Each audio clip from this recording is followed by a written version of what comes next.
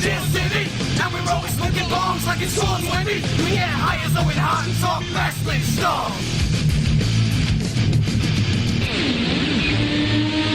And it's hosted by Jim Vicious, Tyler Rush. All lesson learned in life, known from the dawn of time. Respect. Walk.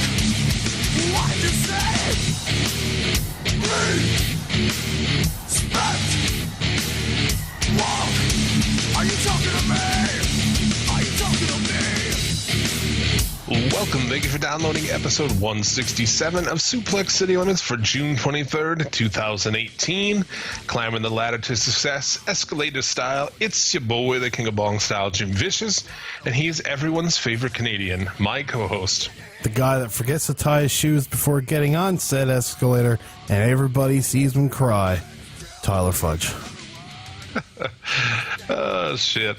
Suplex City Limits, available for listening where fine podcasts are found. You can follow me on the show Twitter at Suplex City Limit. Follow Tyler at The Federation. If you like the show, consider supporting us by picking up a t-shirt at Pro Wrestling Tees.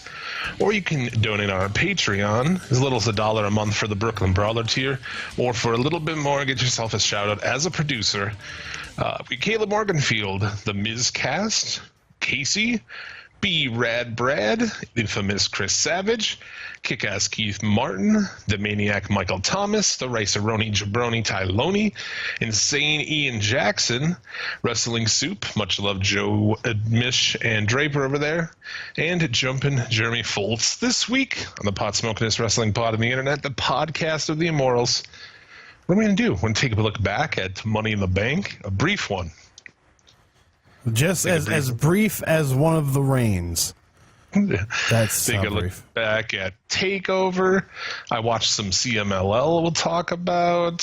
What else we got? A bunch of news, top 3, Jared's hot takes, all kinds of shit. So, let's get into it this week with the Suplex City Limits top 3. Suplex City Limits top 3.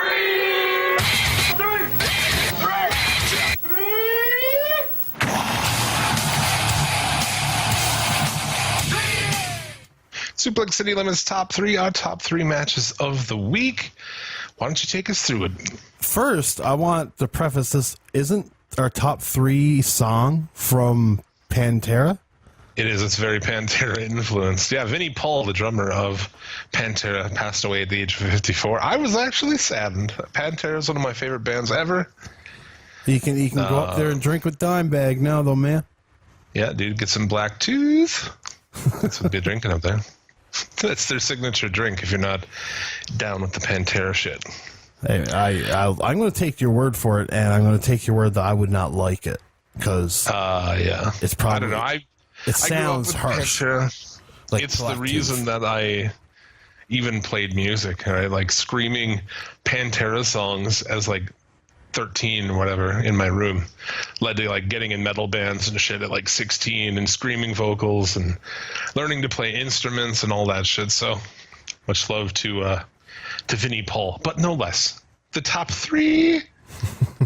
Take us through that shit. The top 3 is very TakeOver heavy.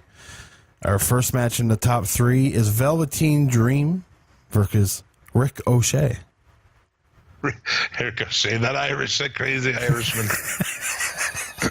Rick O'Shea. And then you just say Nikki Storm's name real fast, and we'll pretend she's Ricochet. Yeah. What do you think of the match, man? I thought the match was very well done. After the match was over, I was like, oh, now we're going to see everybody say Velveteen Dream deserves the title.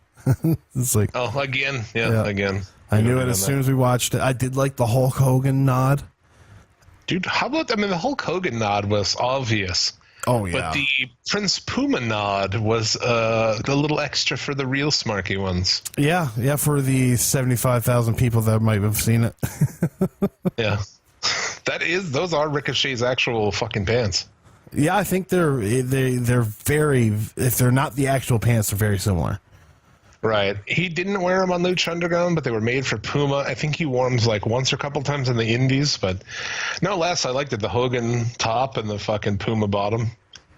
And like, what's the point of that? You know, it really is. It's for just like nerds like us to go, ooh, a thing for us. Well, and you can believe it on a character like Velveteen Dream, who, you know, he's flamboyant as fuck. You add a fucking boa to him?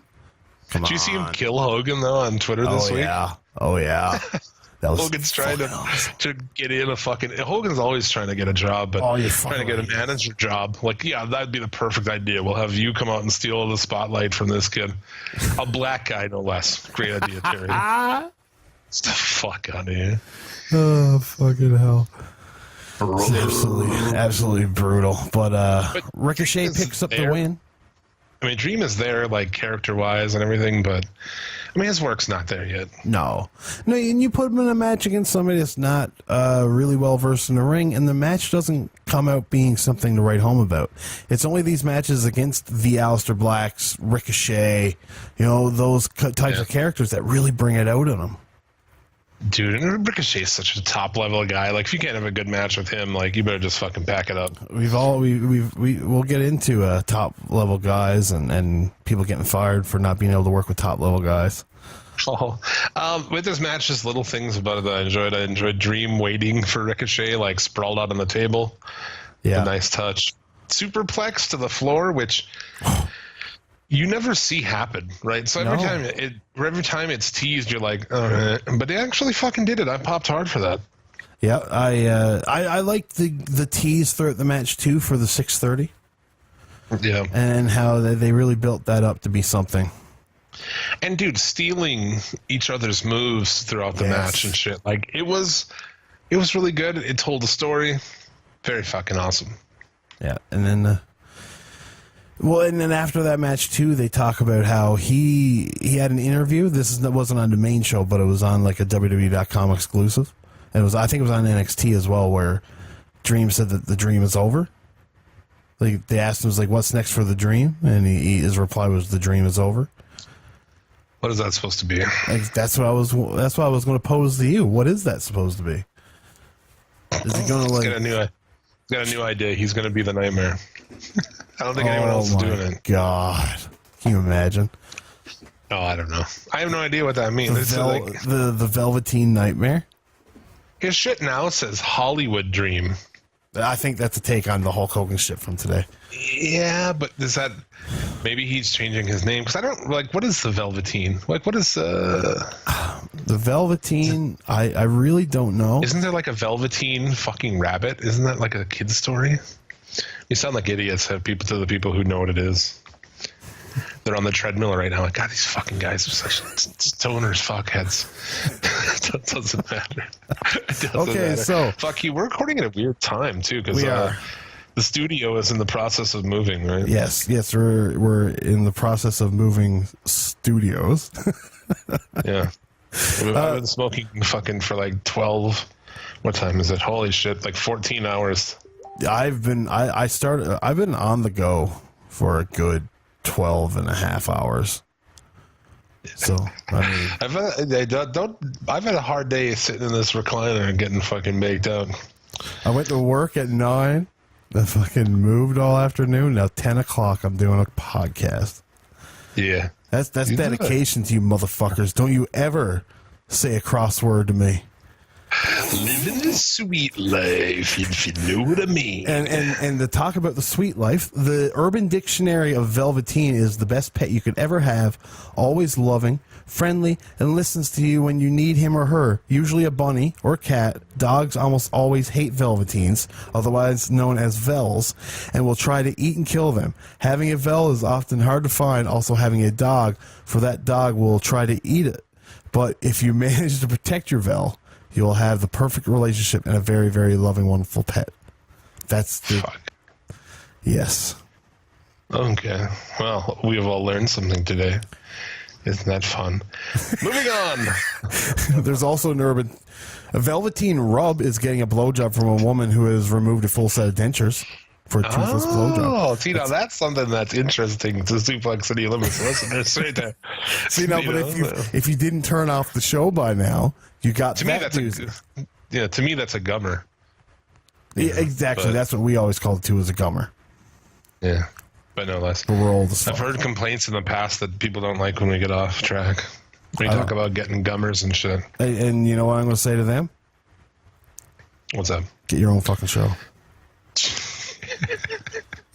It's really good for building an audience. You know what, man? This is our show. Don't tell us how to run it. We're not WWE. We never once said we'll listen to you like WWE said. Yeah, I think we have more. We listen to the fans more than they do. But let's get on to the next one. This show is like 6 days ago already. Yeah, let's get it done before it's 7 days. Yeah. The next Hurricane match. Birch. There you go. Probably Taking one on of the better Undisputed tag Era. matches that I've seen in a long time. Stepping over you like a motherfucker. That's all good. Very good match. Enjoyed the shit out of it. I did too. I thought it was well worked. They had you believing every step of the way that, man, they might win. They might pull off this victory. Yeah. Did you see that bump? Well, I'm sure you did. Do you recall, that's a better question, the crazy Lorcan bump off the top where he just smashes the edge of the apron on his way to the ground? Oh, dude, man. It's like, that's it. He's dead. I thought for sure he was going to come up with a huge-ass bruise. He did. One thing that's funny, though, too, here is you run into this issue where you have the cool heels and the not really that cool fucking faces. You know? Yeah, and the crowd really... They didn't Really like him. They booed him and shit. They got into him later on in the match, but you're also up against Undisputed Era, who they are the cool heels right now. But yeah, they come out. They've got a cool song. They fucking, the motherfucker plays the strap like a guitar. It's all this shit. They're fucking cool. And then, like, what are you supposed to get behind? Two bald guys in black trunks. One holds up one finger and one holds up two. Like, Yeah. that's your whole thing. Like, what am I supposed to... I mean, obviously, we like those guys. We were, like, the reason they made our tag team. I think we decided that last week. Yeah, oh yeah, no, somebody listened, for sure. Because of us, yes, they are a tag team. But still, it's like, there's nothing cool about those dudes. Like, what are they? They're just two bald guys in just plain black trunks. It's true. It's true. I had a point and then I forgot it. I'm in a haze, but I mean, whatever. Fuck it, right? Yeah. Are you in a purple haze? Or? It's a velveteen purple haze, yeah. I'm in a velveteen haze. Yeah. Well, I'll excuse you while you kiss the sky, sir. Thank you, Mr. Hendricks. Thank Yeah, you. the Undisputed Era, they retain. I mean, I don't know. I've already been spoiled for what happens in this UK tournament. But I guess we won't me spoil too. Me it. too. I honestly, I've been spoiled twice. I don't know who wins the tournament yet. So I don't know that either, but I know for that I'm thankful. there's another title. There's a title change as well on NXT tapings that I was spoiled on. Oh, I haven't been. Thank God. Let's not talk about that shit. But I am actually going to watch that UK shit this week, probably. I'm kind of stoked on it. Like, all of a sudden they added in like a whole NXT show too, and it's like a fantastic takeover-worthy card. So It really is. It really is. looking forward to that. And the other match, of course, Gargano Ciampa. It's in a Chicago street fight match. Dude, the ending where Johnny has become Ciampa. He's sitting in the same pose. It's like in the same city a year later. The exact Fuck, same man. building. Yeah. So it's probably the Fuck exact me. same place in the building. Yeah. It's Pretty just fantastic. so full circle, man. And the best thing is they didn't even try that because, I'm sure they were aware of it, but it's not like something they set out to do because this match should have taken place months ago. Only Ciampa got injured. Yeah. And he's just sitting there the same fucking way. Like it was like New Japan level storytelling, dude. Like that's the kind of shit you get from New Japan. Oh, it really is. It really is. And I feel like this is a good way to let it go for a while. Yeah. Well, we both called it, right? I mean, we both called Ciampa getting the win here. He needed it. Yes. Oh, he desperately needed it. But the only good thing about it is he lost to Johnny Gargano. He hasn't had a match since, has he? No. And Well, so, he was gone. He was injured for fucking ever. well, I mean, like since he had that match against Gargano. Yeah, no. He came back. He just did promos and shit. Didn't have a match. Yeah, so there you go. And he comes right back in and he wins. So he one loss. You know, the second loss probably would have been bad, but it's not like he's been gaining wins throughout. He needed this win. Yeah, it's going to happen again. So that's going to be I would huge. imagine. Well, it'll be the third match. It'll be yeah. But does it happen at this takeover at SummerSlam? Wait a minute. Would that be the third match, or would that be the fucking? Was this the third match? Well, they've had another match, but it was in the Cruiserweight Classic. Okay. So really, you can. All right. Yeah, this was the second one. So yeah, that's perfect, man. So you can do a third one at Brooklyn, Goddamn. or you can keep them apart for a bit. I think What the fuck do you do from here? You've done a street fight. You've done what was the other one? Like a no DQ, no real difference. Yeah, I mean, you can do a fuck do you cage do? match of sorts, but like at that point in time, you need to have a reason to have a cage match, not just throw one in there. How about How about a King of the Road match, dude, in the back of a truck? Oh fuck! WCW style. This is what they do. One of them wins the title, and they just have a wrestling match for the title. Yeah, you could do that Because they haven't done that. That's the one they haven't really in this feud. They haven't done it's just a full-on wrestling match. See, so that's our top three. Yeah, I'm sorry that they're all NXT, but of course they are. To finish off the NXT card discussion of what did you think of the other matches on the card? I didn't give a shit about Baszler and Cross, really. I thought Cross was entertaining. I liked the match. I enjoyed it. I mean, whatever. But it wasn't something that I'm going to say, let's watch that again. No, I'm good. Yeah. I thought Cross was like the only real entertaining thing for me in the match. How she kind of welcomed her doom, I thought was kind of cool. Yeah, I know. I did like that. I mentioned just like our friend Will. I mentioned Baron Corbin's little sister to one of the guys that was around us. Yeah. And he looked at me. He's like, I can't stop thinking about it. Every time I think of her now, it's just like Baron Corbin's little sister. I was like, I know. We've started something, Jim, man. She needs to get called up and be Baron Corbin. Constable Corbin's little sister. Oh, my God. I need some help around here, Kurt. So I've brought in my kid sister. Shayna Corbin. And she can come in and give fucking Kurt Angle nuggies and shit. Pitting like fucking wedgies. Spitting his coffee and shit. That would be delightful. I would welcome that with open arms. I said it that I'm like, oh my God, they're gonna fucking do it. Someone's gonna do that. I'd like to see it. I'm not gonna lie. I would like that. I would like that.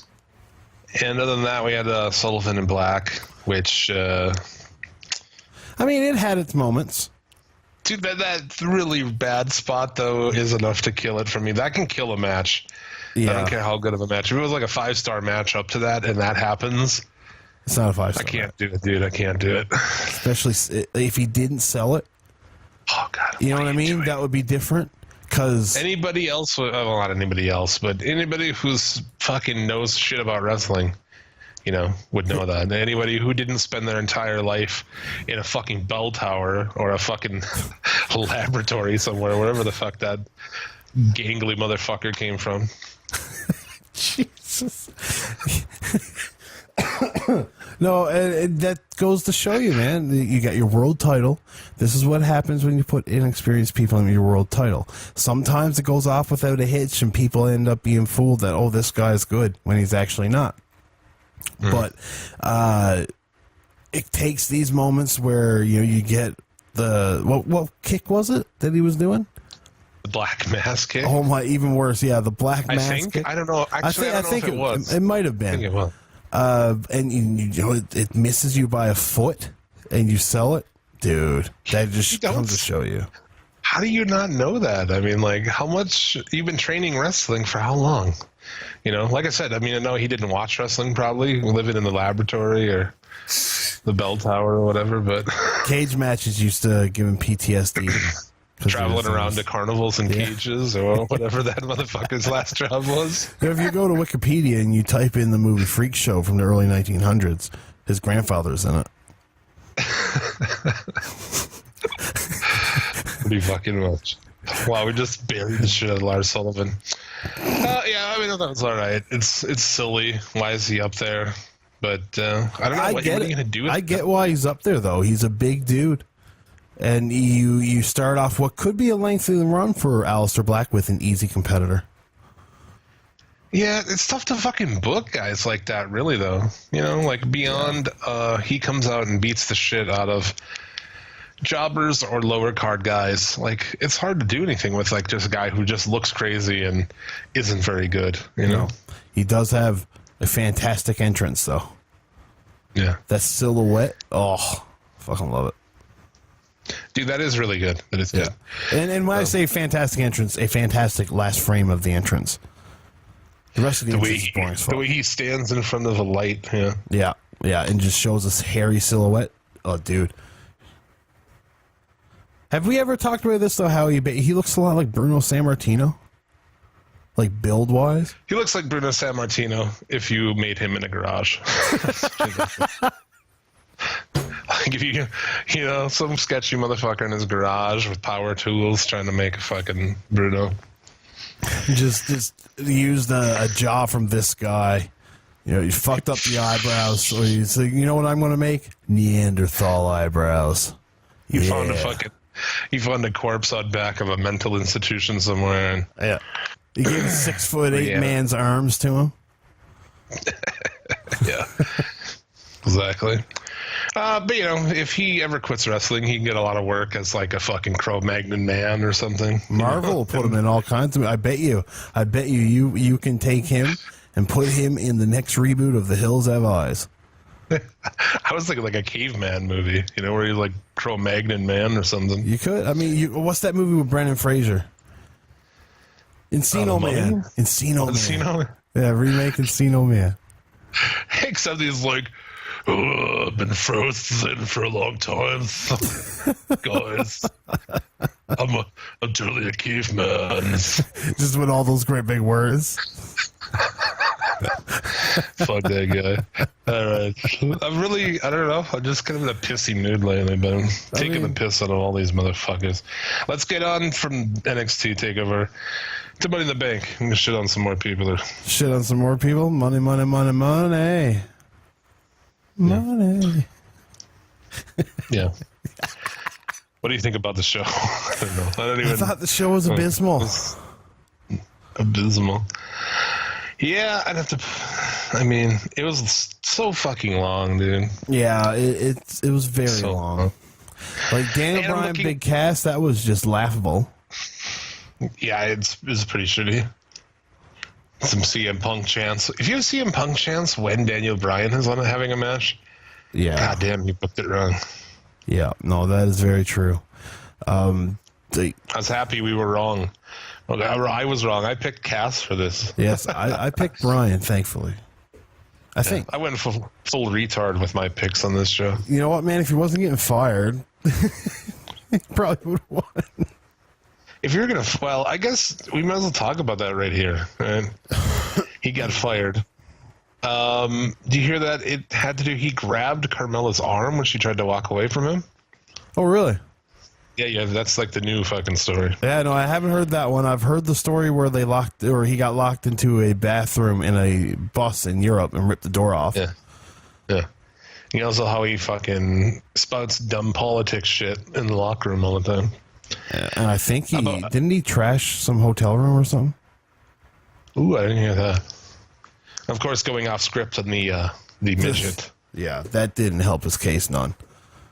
But that goes to show you. You remember when Steve Austin was giving Dean Ambrose the fucking runaround? How you gotta take it for yourself and do it yourself. This is what happens. Yeah, you can't do that. You can't do the brass ring thing. Is fucking. That's gone, man. This is a complete aside, okay? A guy who I really never thought like much. I listened to Ryback on. It was fucking fantastic. It completely changed my view of him. I feel like he only deserved like half the shit that we've given him because man, we fucking railed on that guy hard for weeks on. I remember. I know that was Batista, the book. Oh yeah, the we said a lot of awful shit about Ryberg. We did, and I feel so bad about it. He completely redeemed himself after listening to that, and I'm glad I listened to it. Yeah, I've listened to his podcast before, and he was a total twat on there. But on here, he was fucking pretty good. And, you know, he talked about coming in with all these, like, I had all these different ideas that they could pick from, and I had this. And, like, it sounds like a guy who's trying to grab the brass ring to me. Yeah, exactly. And so, just got shot down? Yeah, exactly. But, fuck Big Cass. Do him and the real one get together on the indies? They don't like each other either, though. No, apparently Enzo dissed him by just like tweeting at him, like, how you doing or something like that. Oh, yeah. No, he, in an interview, he said he doesn't like him. He doesn't get along with him. Because, like, if the dude is what he sounds like, you know, with like his politics and always spouting off about dumb shit, and be like, yeah, I wouldn't want to hang out with that guy either. No, I agree. But I also wouldn't want to hang out with Enzo either. I'd rather hang out with him than Cass. Enzo? Yeah, fuck it. Man, He likes to party. He likes to fucking do drugs. He likes to fuck broads. I like drugs and broads. We'd be fucking... Jesus. We'd be homies, dude. I like drugs and broads. Also seen Simon Gotch interview. He's just railing on Enzo. I like that guy so much now. I do too. He was basically saying, it was like, so Enzo's going to release a diss track on a mentally unstable girl with drug problems. He's like, do you think that maybe that's the last thing she needs in her life right now? He said, best case scenario, you make a girl's life worse. Worst case scenario, you're a monster. It's fucking great, man. It's like, dude, I love you. I fucking love you. I mean, that guy fucked himself. He's got a date coming up, I guess, but he fucked himself when he started his song and dissed fucking wrestling fans who are the only people in the world who fucking know who this guy is. Yeah. You know? No, it's true. It's very true. You don't hear talk of Enzo Amore outside of wrestling circles. It's just not a thing. You don't. Well, be careful, real one, if you go motorcycle shopping. Be fucking careful on the way out. I don't want to talk about that fucking kid. That rapper kid who got shot. Oh, dude, that guy, No. He beat the shit out of his wife. Fuck him. Fuck him. That's what I thought. Fuck that guy. Yeah. Some people are like acting like, well, now we're talking about it. But some people are acting like fucking Lennon got shot or something. Right? Right? 20-year-old It's a kid fucking who mumble fucking- rapper. A mumble rapper. Pretty fucking much. It's one of the Xanax ones. Who the fuck cares? Who cares? Yeah. You know what? People are cool. Big drug users are cool. Weed users are cool. Not Xanax users. They fucking Dude, who wants to suck. hang out with a Xanax junkie? Really? Yeah. Not me. Other Xanax junkies. That's who. Yeah. Back to Money in the Bank. I need a Xanax for the Money in the Bank, to be completely honest with you. If the show wasn't long enough, they put in like backstage segments like this, but I actually really enjoyed the New Day with Kevin Owens. I thought that was a great segment. While they're having the conversation, Owens and Woods and Kofi, just in the background, Big E's just sitting there, just like wiping himself with wiping his whole body with pancakes. It's so fucking good, man. I know some people say they're over the New Day, but it's still the most entertaining shit to me. Honestly, some of the most entertaining shit on all that television. Yep. Is these fucking 3 black dudes and a pile of pancakes. Fucking funny as shit. Yeah. Yeah, I really liked it. I thought Kevin Owens played it great. Just hating pancakes. It's like I never thought that somebody getting so absurdly overreacting over their hatred of pancakes to be so funny. I don't know who wrote that, man. Because I was like, when I ended it, I was like, holy shit! Like a backstage kind of dumb comedy segment that I actually enjoyed. Who knows? You know what though? I'm a firm believer that who's going to write for the New Day, really though. You would hope them.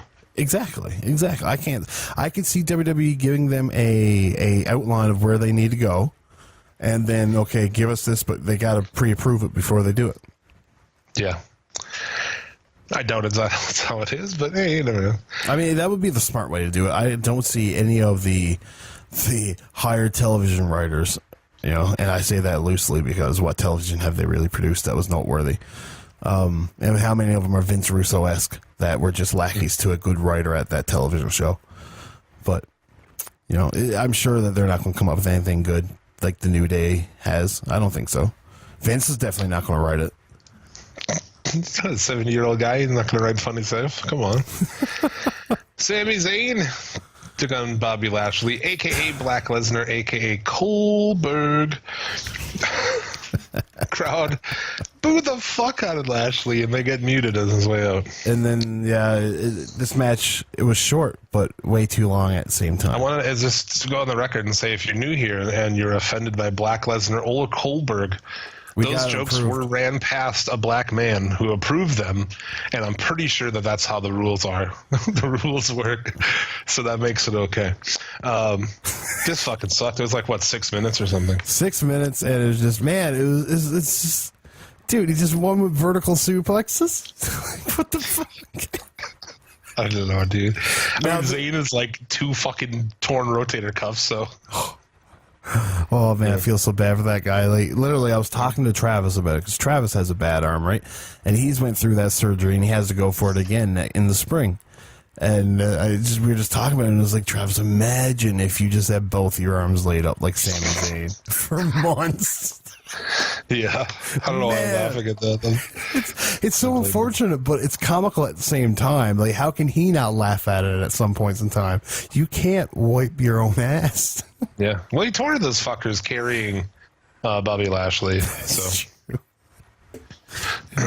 this sucked. I mean, it was like, it's one of the worst feuds of the year. Yeah, and I'm sure it sucked, and that's why we got those long Sami Zayn talking segments for the last few weeks, and that's why this match was what it was. It's because he's hurt.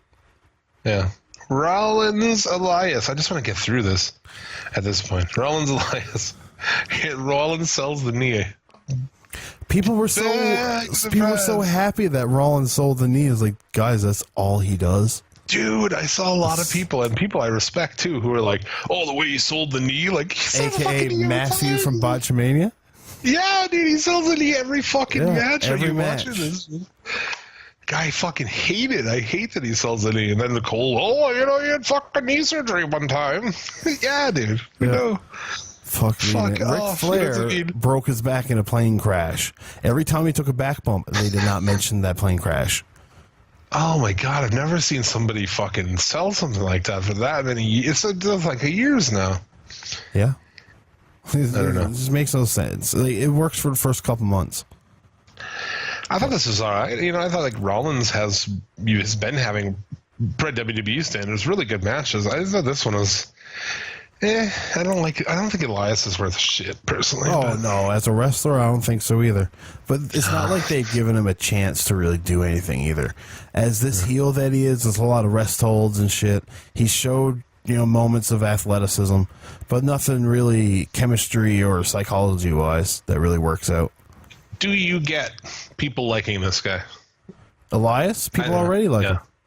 No, I know, but do you understand that? Do you agree with that? Or any of the above? Elias is something that if you're in the crowd and he's shitting on you and you know what's going on, you're in the know, you can enjoy it. Because who doesn't like to laugh along, right? Especially like if I go to a WWE show, it's in Edmonton. He shits on the crowd in Edmonton. I'm not from Edmonton, so I just find it fucking heartily. I love it, right? Because he's shitting on everybody but me. But no, but I've seen it too many times. The shtick has gotten old to me. Where I watched all of the Elias segments at first. Now it's just an easy skip of 25 minutes. Dude, I haven't watched one of that guy's segments. When did he debut? Fuck. I wouldn't even be able to tell you. It was after the draft. Yeah, it was after the draft. He was walking around the crowd. I haven't watched one of his segments in like fucking a year. It's been a good 3 months for me. Good 3 months.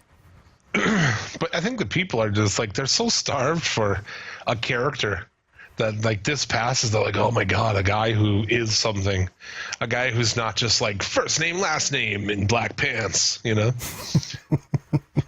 What is Roman Reigns? Well, that's a good Jeopardy question. What is Roman Reigns?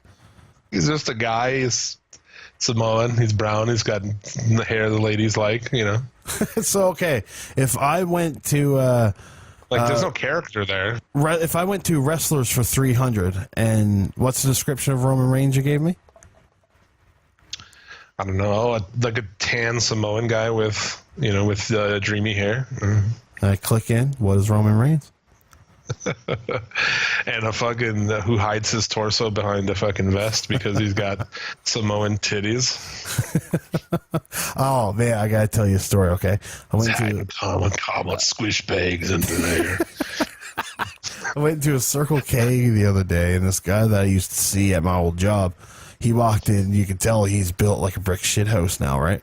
And so he's walking towards it, and then he turned, and he had man boobs. And I was just like, oh man, he's not doing the roids right. Dude, you could see he had the pecs, but those pecs in front of it were just pointy as fuck. Dude, speaking of steroids, we'll get into it more later. Oh, but holy fuck. Dude, Roosh.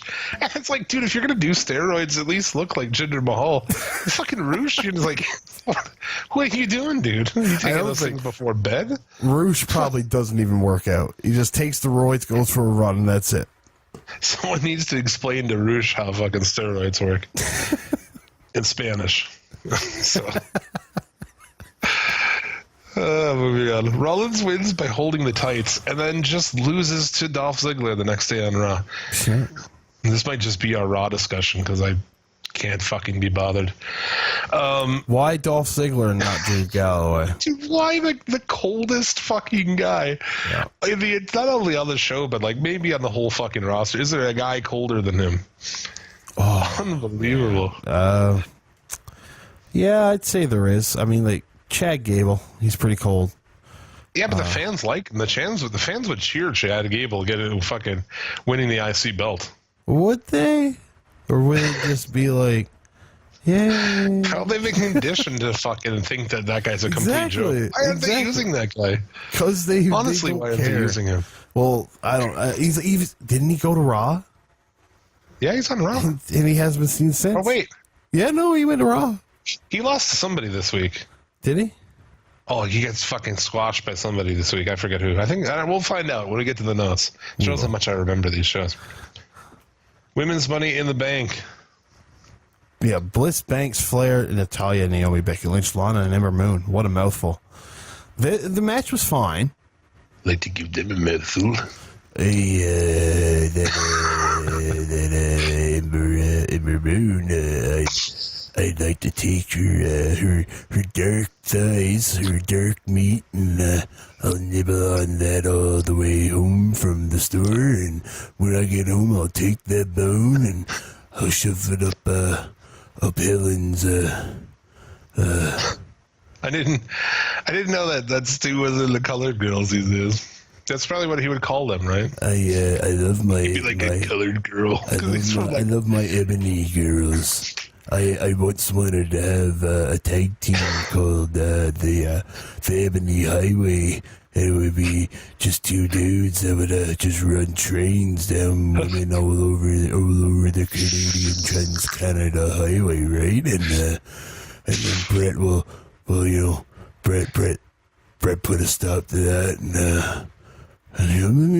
Bruce wanted to do it. Bruce wanted to do it, and I wanted to do it, but I thought I got a young son named Owen, and I think he's got a bright future. I think the year 2000 is really going to be his year. Oh, fuck. Oh, man. Yeah, I don't know, dude. I don't think Stu Hart would be in the fucking... he would like the whitest chick. He'd probably be into Paige. Well, no, he probably doesn't like British people either. I guess he like Davey. That's what I'm saying, like Stu's so fucking old. There's no way he would be in Ember Moon. I feel like he was secret racist. How many black dudes trained at the Hart Dungeon? Didn't he? What? there were no black wrestlers trained in the dungeon, were there? No, I don't think so. I mean, I could try a Google search. No, I rest my case on that. Moving on. We're talking about the women's Money in the Bank. Oh, yeah, I don't know how we got How the there. fuck did we get this too? Jesus Christ. I mean, this is whatever. Like, Bliss wins without doing anything. Which, I mean, it fits her character. It fits her character. Sure, but at the same point, it's like, all right, she's going over. She's not even going to fuck her makeup up. And you broads go out there and, like, take back bumps on ladders and shit. Dude, and you know what? You gotta commend them. They booked it in a well enough way that Lana was not a sore spot of the match. Did they rehearse this match? I mean, that came out already, right? This match was rehearsed. But I mean, you also look at it. I bet you every match in that NXT card was rehearsed. Oh, sure they are. Right? No, I'm not saying anything against that, but I'm saying like it looked pretty presentable because of that. Well, yes, obviously, and I feel like you take a Money in the Bank match where half of your competitors are green as goose shit. You have to. I actually might go so far as to say, I mean, I don't know what my favorite thing on the show was. I didn't really like much of it, but I thought the women's Money in the Bank was pretty good. Actually, Yeah. I enjoyed it. I thought the spots came across really choreographed. Oh yeah, there was some silly shit. Like Becky had to stand up there like a fucking like a retard for fucking a minute Who was she waiting for somebody. Was it Oh, I don't even Sasha? I think it might have been Sasha she was waiting for. Or maybe Bliss. Bliss. I think it was Bliss. You're right. There you go. She not only You did could she really not do tell anything. if you didn't pay attention to this. Maybe they just think fuck Chicago doesn't know anything. But man, the crowd wanted Becky Lynch in this match. Yeah. No, I agree. They wanted Becky either Lynch, wanted Becky or Bliss. They did want Bliss. I don't get that either. I don't get why so many people like her. But I mean, I guess I she's like really her because hot. of the character. Honestly, that's my idea. I like her because of the character. She does this character much better than Carmella does. Yeah, the same fucking character. Just wait till Monday and Tuesday where they did the exact same open with those two. Fucking awful. Reigns defeated Mahal. I'm not gonna lie, I started this show late, and I skipped through this match to get back to live. I'm going to be completely honest with you. I didn't even have plans to watch this match. Yeah, You know, this match is. What am I going to miss? You know what I mean? Like I went through and I skimmed through it, and it really, you know, if you think about it, there was nothing they did that really merited the crowd to ever be into it. The fact that you got every chant under the book, I think this had to be a big fuck you, and it's just like this. We're going to do this, and we don't give a fuck what you think. Oh, God, did you see the fucking tweets that some assholes put up? Charles Robinson, Who's Charles Robinson? Oh, the godly ref. the little Nate ref. Yeah, the really religious Who one. went on Twitter and like fucking went at fans because they're busting their asses with the fuck. Don't tell people what they're gonna like. Man. I don't understand. They're Like, busting fuck their you. asses in a rest hold. Okay, cool. Who's it to? Andrew Everett, maybe? I feel like it was Oh, him. well, I mean, He did some stupid fucking thing too, and it's like, some of dude, Roman Reigns is the best and you're jealous or something like that. not that he's best, that he's really good or something, and you're. You know what? Just, I'm not going to sit here and say Roman Reigns is a garbage wrestler. well, no, he's not. I No. mean, I think that like we've all. I mean, you know, I'm like the last. I'm a hard hater of that guy, but Well, yeah, no, you're one to hold the grudge. he's athletic. He does the three moves that he does pretty well, but I mean, I don't like his matches. I think he does literally fucking three moves. Like, he's the epitome of 5 moves of doom, you know? Yeah, no, I get you. I think, man, if you put him as a heel, he'll be great. Samoan drop, spear, Superman punch, Drive by. drive by, hair whip, 5. Oh, the ooh in the corner, the ooh, 5. That's 5 moves. Name another move that guy really does.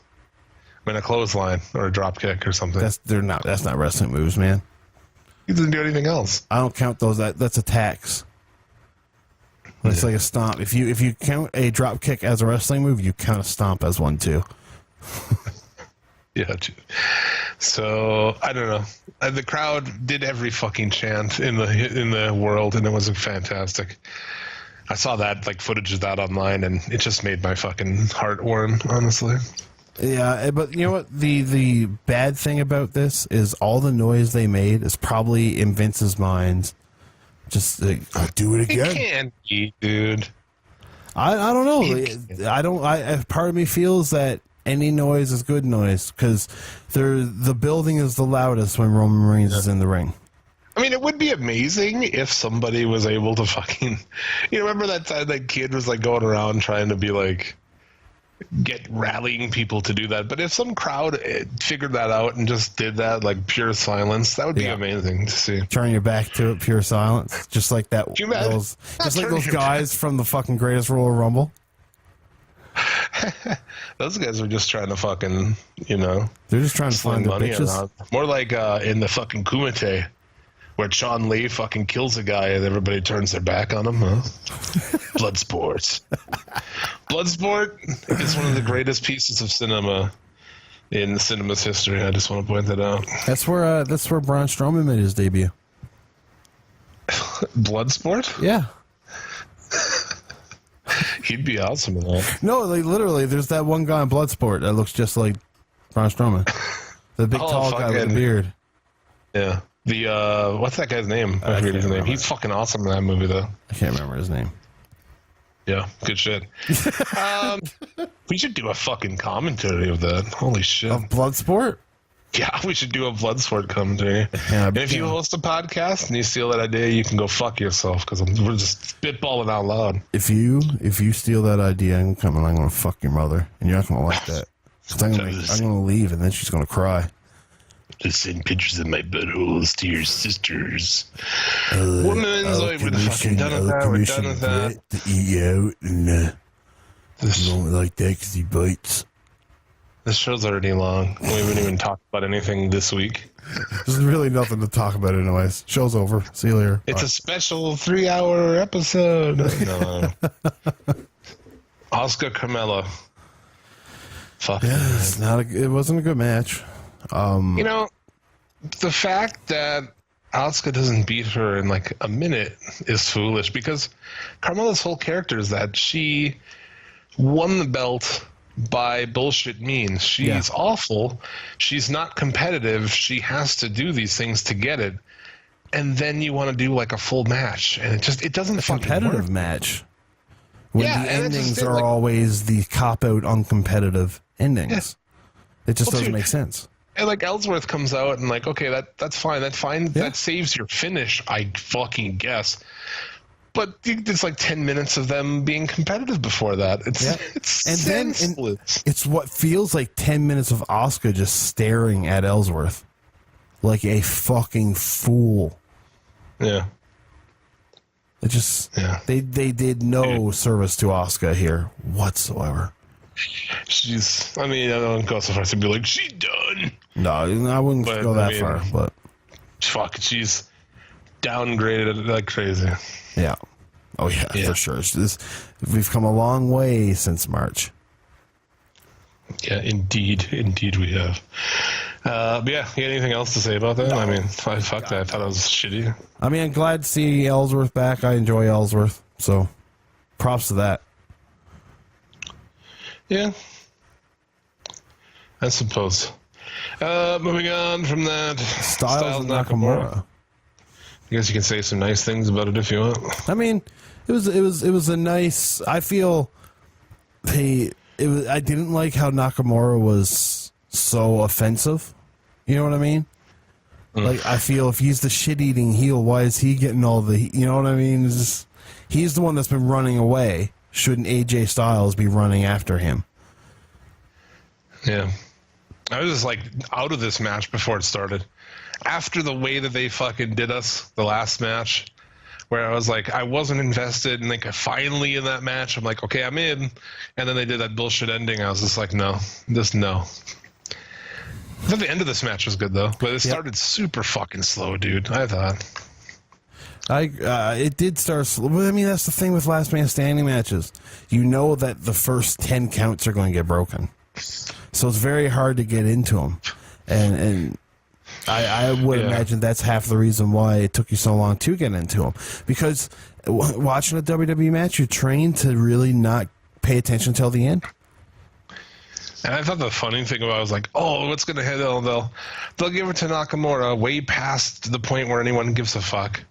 And then they'll say he didn't get over when it doesn't work. And they went even crazy, and then they're like, just fuck Nakamura. Something like now he's lost 6 title matches, 6 WWE title matches, and now he's just going to win the U.S. title.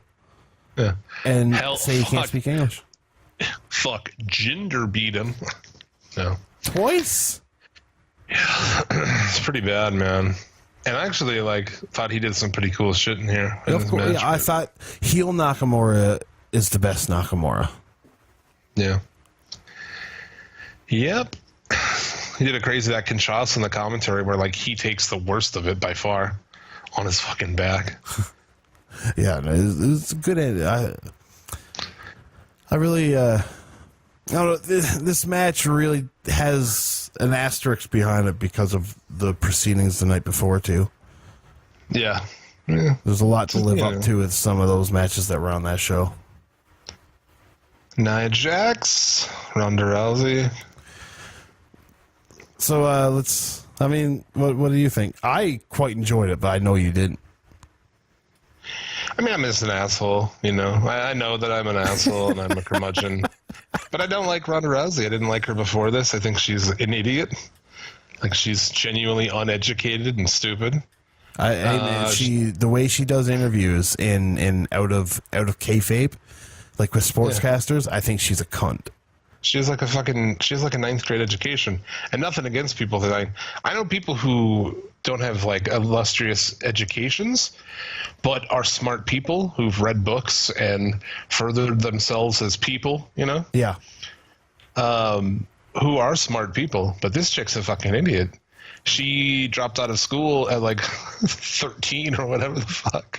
Not really 13, and then spent her life getting kicked in the head, you know, and thrown around. So yeah, she's not very smart. No, nobody said she was smart. Yeah.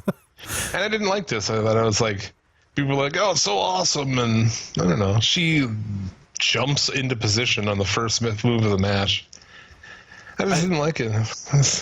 Didn't do anything for me. I wasn't impressed. The people that go out and say it's awesome, I think they're mistaking that for being surprised, and expecting the worst and getting far from the worst. It's much better than a girl with 2 matches you'd expect to have, but in no means was it awesome. Some people thought it was awesome. No, but that's Tuna Meltzer fucking went crazy for it. He's like, this is the shit. But I mean, yeah, but he's got a hard on for Ronda too, though. Yeah, he does. You know what I mean? I bet he likes muscular women like JBL. I mean, because the Melts is all in shape these days. You see the Melts? Oh, dude, he's got more abs than Johnny Mundo, and he's not afraid to tell you. Yeah, he looks like he's on the gas. I mean, do you know what his ritual is? No. If he's watching wrestling, he works out during the commercials. Oh, really? Yeah, that's his ritual. It might work. If you got to watch Raw, I mean, at least you're fucking doing something with your life. Yeah. If you got to waste 3 hours, at least you get something out of it, because you're not getting anything out of this fucking show. And I couldn't imagine watching that show live. I would never fucking make it, dude. I'd barely make it through a DVR. I agree. 7-star podcast. Hey, man, I love a good belch. A well-timed belch is always good in my books. Men's Money in the Bank, I thought was good. Yeah, I mean, we both picked Kevin Owens, didn't we? Yes, sir. Yeah. I mean, did we forget the cash-in? We did, yeah. Which I thought that was done well. Dude, but I'm glad. It would have been amazing if we just totally forgot about that. You've just done all this shit to go right back to where you were. You already were here. You were just here 2 months ago. I think that's more of a testament to them giving it an eye and being very underwhelmed with the results. I'm pretty sure that's probably where it all comes from. That's true, but who cares? Why not try it on somebody else? Why not give Ember Moon a try? I don't know. No, I get you, but I mean, whatever. I don't know what their plan is. I don't know what. Well, exactly. I say whatever because it really doesn't matter. The WWE's not built in that kind of way for storylines to take place, but they just don't happen. Yeah, but you blew it. You know, you just like, okay, you've done it in one night, just to go right back to where you were. It's like you could have just put the belt back on her if that's what you wanted to do. Yeah, you didn't have to go through all this. But no, but I mean, I think it's because they wanted both Raw to have both people win it. And, which is like in itself is like go fuck yourself. Yeah, and in that you can't have two briefcases on Raw.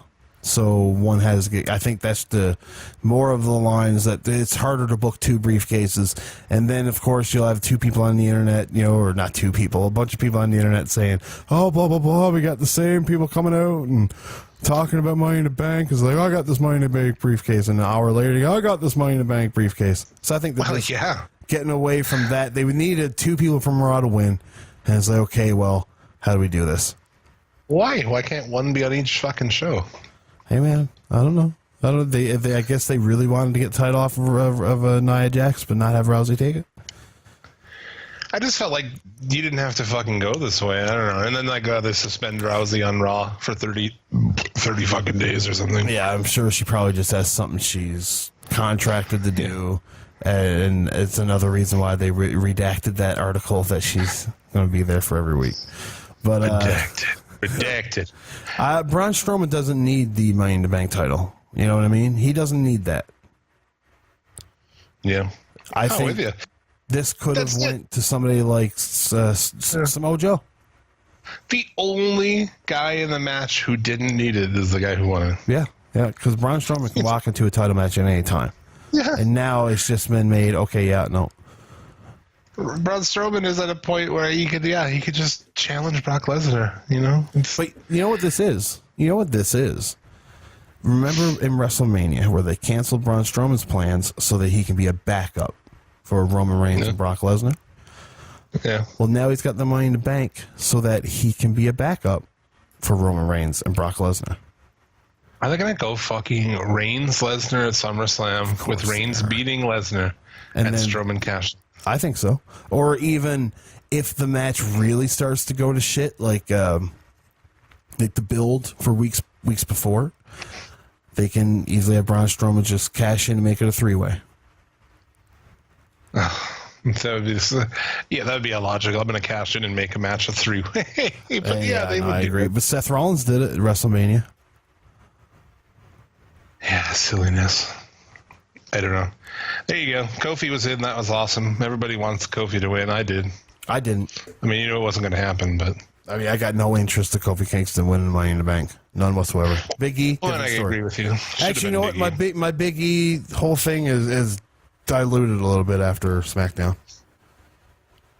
Fair. I mean, that match against Daniel Bryan was nowhere near as good as it should be. And just as an extra fuck you to all of you, recall, if you will, on Monday on Raw, the Raw Go Home show, the ladder open, the awesome ladder open, where Alexa Bliss says that she's like, I already know who's going to win. It's going to be me and Braun. They told you right. Extra fuck you. Fuck you for watching this show, you fat, stupid fucking wrestling fan cunts. Sincerely, Vince McMahon. That's all it is. It's just a fuck you. Put it there. Who's going to win? Just put it in the promo. Fuck these let fat them know. fucks. We want to tell them. Yeah, it's unfortunate, but I mean, That's a crazy conspiracy theory. There's a hot take conspiracy theory. Yeah. Which I mean, I heard a lot of people making cases for The Miz winning it. I don't agree. You could have. I would have been fine with basically anybody but Bobby Roode or Braun Strowman winning that. For me, Kofi, Rusev, Miz, Rude, and Balor didn't want them. None of them. Kofi's fucking awesome though, man. Kofi's awesome, but Kofi as the world title. No. Woods' shoot, like quest to get Kofi champion again, has made me want Kofi to be champion, or not again, but because that's like Woods' big thing. Woods is like, I fucking want Kofi to be the champion. before he's done. And I like mean- he's super passionate about it, and it got me in. Like I'm fucking in. They did it with Mark Henry. So, I mean, why not? Why not do it? But I in no way, shape, or form see Kofi Kingston as a main eventer. Ever. Well, yeah, probably not. But I'm gonna go on a limb right now and say future SCL Hall of Famer Kofi Kingston. I would give you that. Yeah. I agree.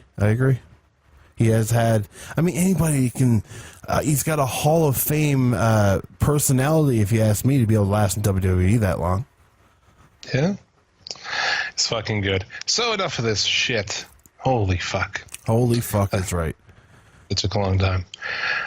I don't want to. I mean, what else can we do? I don't want to go and talk about Raw and SmackDown right now. No, right fuck away. no. That sucks. I say we've already The hit that. news. Oh, there you go. You want to do the news? This week in the news, a big van breaks down on the side of the road. Sami Zayn has no arms. And miscellaneous. Over to you, Jim.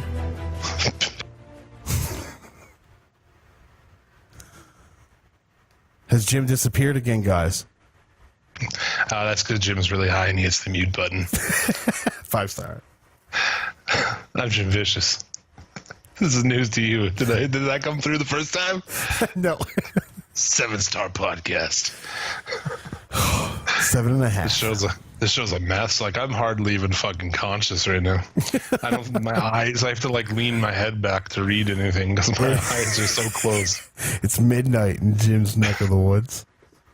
Yeah, exactly. And like I said, I've all been doing all day is just smoking and fucking. Oh yeah, I did some fucking earlier actually. That was pretty good. Ooh, tell me about that. Oh fuck. So what do you want to talk about? Leon White, aka Vader. He passed away this week. Yes, another SCL Hall of Famer. Dude, he was in our Hall of Fame early on. He was like the 27th inductee, and we're at like 162 or something right now. He got inducted into the Wrestling Observer Hall of Fame in 1996. Fucking A, did that initial class there, yeah. Yeah, To me, Vader's a no-brainer, like, early I agree. Hall of Fame. I agree. Yeah, and they absolutely, fucked completely. that up, dude. And they knew he wanted in, and Mick Foley was like, come on, fucking put him in there. And they didn't, and they waited till he fucking died. And now they'll put him in there next year. So cunts. Of course they will. Of course they will. Fucking cunts. Yeah. Check out. Probably even give his son Jake Carter a job. I'm going to go and say it here, and I've had other people agree with it. I think the SCL Hall of Fame is the best wrestling Hall of Fame. Period. I mean, I think it is. It's possible. I think it's better than the Observer Hall of Fame. Well, I There's mean, guys, those there's fucking also smarky more- cunts won't put in there who are Hall of Fame worthy. there are also many criteria you have to meet to Yeah, that fucks it up. go through a Well, whole these people, voting like- poll and They're debating now, like, well, should LaParca be in the Hall of Fame? LaParca's been in our Hall of Fame forever because LaParca's the shit. He's been the shit for like 30 fucking years. yeah. Anyway. I get you. I don't know much about La Parka. I know it's Don't get hot about it, brother. Big Don't man have to Vader. turn a shoot into a work shoot, brother. Yeah. He's the greatest big man of all time. I think we decided that this week. I mean, Yeah. there's the case. There's a case for it. Yeah. Who else is there? It's him or Bam Bam, right? I mean, for like legit fat guy wrestlers. If you want to go more super heavyweights, okay. Yeah. I was yeah, going super heavyweight. I was going to bring in like Bruiser Brody. No, he's not a super heavyweight. No, exactly. I just when you're talking about big guys. Oh, yeah. So that's like Bruiser Brody, Stan Hansen, maybe. But no, I think Vader's the best super heavyweight of all time. it's quite possible. It's quite possible. And if you're a fan of Vader, check out on the day he passed away, like hours after it came out, Jared and I watched him and Ric Flair from Starrcade 93 on an episode of Ringsided with Jim that's up on this very channel. So go check them shits out. God damn. Jared drops fucking hella Ric Flair, Vader, 1993 WCW science on that motherfucker. It's good. Ooh, really? It is good shit. Yeah, well, that dude, he knows all this shit. He knows the pay-per-view take two. It's mostly like, it's like him going in depth about all this stuff, and then me going like, fucking wiener joke. That guy's a cunt, and that's the whole fucking show. But yeah, Leon White will be fucking missed. I guess he did a bunch of shit. His son said they were working on some projects that are going to still come out, so I don't know what that is, but that'd be cool. Yeah, I think it would be exciting. Yeah. Could be cool. And there hasn't really been much done on Vader's, life. Yeah. So I definitely want to watch some more matches of his for ringside. But what else you got? We talked about Big Cass being fired already. Yeah, we've exhausted that one to death. We talked about Sami Zayn already. Yeah. ROH is they may look into legal action against Madison Square Garden. And WWE announced the Madison Square Garden show. A fucking shitty one, July 7th. Yeah, a very garbage one, yeah.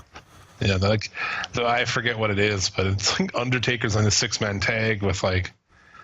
Against Rusev, or he's with Rusev or something. Against a bunch of heels. It's like, I'm not going to watch that show if it's on. Just so you know, listeners out there in the ether, I'm not watching that show for this. It's not going to be on. It's just a house show. Oh, it's not? No. Oh. All they do are house shows there. They don't film anything there. So. I suppose it's too expensive. Well, they did that one show from there. Yeah, Ring of Honor had it and got boned, I guess. So I'm going to see. Hopefully they sue him. Apparently they didn't sign anything, though. Yeah, but you're not fucking with Ring of Honor. You got to think like you're fucking with Sinclair, and those people are fucking crazy motherfuckers. I know. And what's weird is Sinclair owns some of the channels. They have a bunch of Fox stations. Yeah. Because that's how I got ROH for years, was a Seattle affiliate of Fox.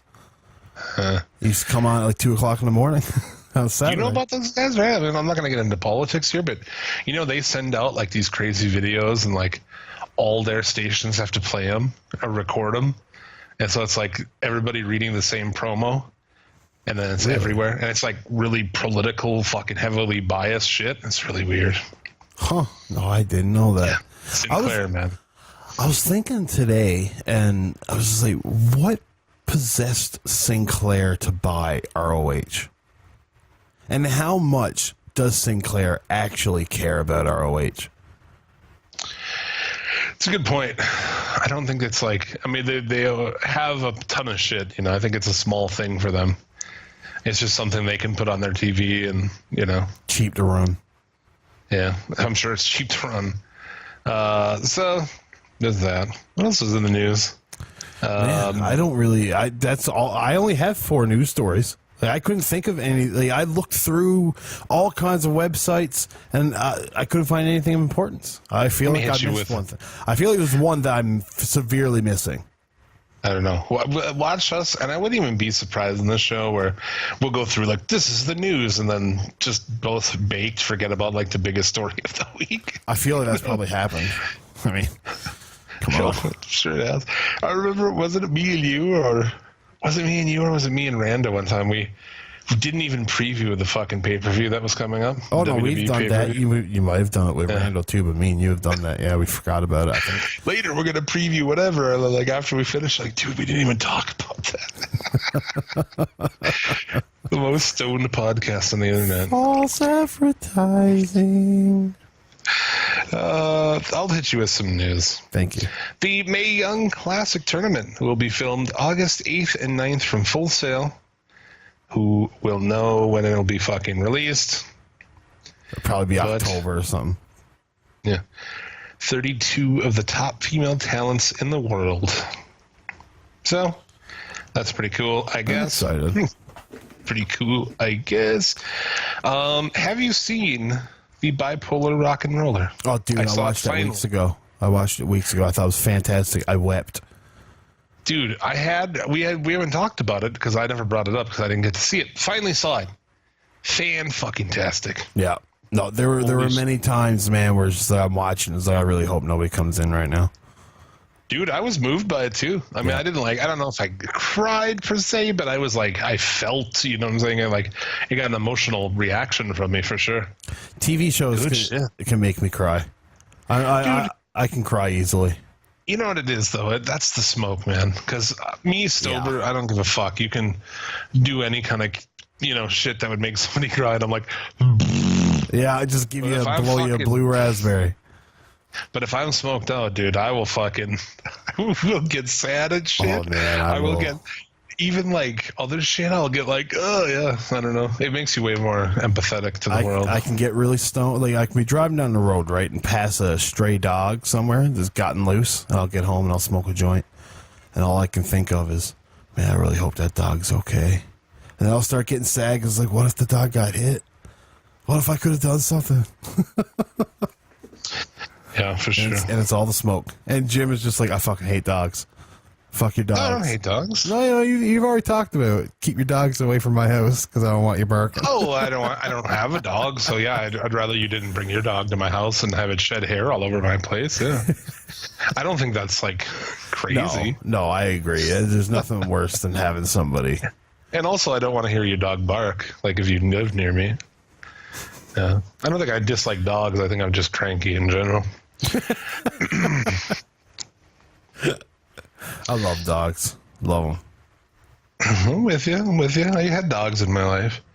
What else we had? Gene Snitsky retiring from wrestling. It's like he still wrestles? The last time I seen Gene Snitsky was in a What Would You Do by Victor Quinones. Dude, he looks fucking crazy. Holy shit. He's bald. He has a big ZZ Top beard, and he is fucking ripped. Dude. Like, how he used to be like a big, strong guy, but like now he's like fucking muscle on muscle. He's crazy. Wow. Either way, he's retiring, so. Good for him. Good for you, bud. What else we got? I don't know. Austin Aries is going to appear at Best in the World, the Ring of Honor pay-per-view next week. I mean, they actually have a really good card, man. Dalton Castle versus Cody and Skrull in a three-way for the championship. Briscoes and Young Bucks for the ROH Tag Team Championship. Kingdom taking on Evil Sonata and Bushi for the ROH six-man. Punishment Martinez and Adam Page. That kind of sucks, but it's a street fight for the TV championship. Flip Gordon, Bully Ray, Jay Lethal against Kushida. Aries versus Kenny King. I mean, I can give two flying fucks about Aries versus Kenny King. It's like take two dudes I can't fucking stand, I don't fucking like, and put them together. Yeah, those two. That's skippable, but some of these should be good. Briscoes and Bucks, I think, is probably the one I'm looking for. Is Jay going to be ready? Because he took a fucking nasty hit to the head a couple weeks ago. Like, literally, like, they had to like get the ambulance and shit. Didn't they just run that as an angle? That seems... Even the Art of Wrestling, Colt Cabana, they were talking about it, how, like, Jay couldn't even talk at the time. Because it was supposed to be Mark and Jay, and the interview was just Mark because Jay was all loopy. Great. What else I want to interrupt and say that I found a picture of Gene Snitsky from today, and he does Eric Rowan better than Eric Rowan. Yeah, why don't you just hire him? You're probably cheaper. Yeah. So sticking with Ring of Honor here, their annual Death Before Dishonor show that usually comes from, it's like a place in Vegas, this Sam's Town Live, that holds 1,100 people. But the September 28th event has moved to the Orleans Arena, which has 9,500 seats. What? So they're going to try to sell 9,500 seats for their September 28th pay-per-view, Ring of Honor. Oh, man. Yes, sir. Joe Koff needs to just go fuck off. and just... Oh, man, that just doesn't make any sense. Like, first off, how are you... Like, you're going to turn the lights way down. I don't know. They're going to try to sell 9 times more tickets. No, they're going to try to do about 12 times because the most they've ever got was 7,000. Yeah. So, dude, they're going crazy. They wanted to fucking book MSG there. Well, at least I say more MSG power is to only them. like 22,000 seats. This is 95. Like, they weren't going to sell. The ceiling, I think, for ROH at MSG was 10,000. You take the Orleans Arena, and that's in Vegas? Yeah. Yeah, you're going to maybe get 6,000 people. Maybe. We're going to see. I hope it goes well for him, man. That's all I can say to this shit is like, I hope it works out, does man. well. Yeah. I hope it does well, but I don't want to award stupidity. If you're going to be stupid enough to book a 95,000 seat show, I hope the worst. 9,500. 9,500. I was thinking you were saying 95,000. I was like, Yeah, why you are they high doing bastard. this? Okay, no, I'm all for it, man. I hope you sell it out, man. Cool. I feel like a complete ass now. Yeah, no. No, it's all good. It's all I good. was But yeah, like, that's dude, you still a lot deserve to for never sell a ticket if you booked a 95,000 fucking seat arena. That's still like 2,000 more than they've ever done. It took Mania weekend for them to get to 7,000. Yeah, no, I agree. But maybe they'll do it. Maybe they can get some big match for it. We'll see. They have to, yeah. I hope it goes well for him. What else we have? Anything else? I saw this. It must have happened this week. This like amazing Juice Robinson promo. Oh, dude, that was beautiful where he broke his hand. Fantastic, man. It was. Kevin Owens tweeted out that Juice is the best promo in wrestling. That was pretty good. You could see a lot of Dusty in those promos. Yeah. You know what I mean? Like the training that Dusty would have given him. I feel like, just relating everything to common things. Yeah, right.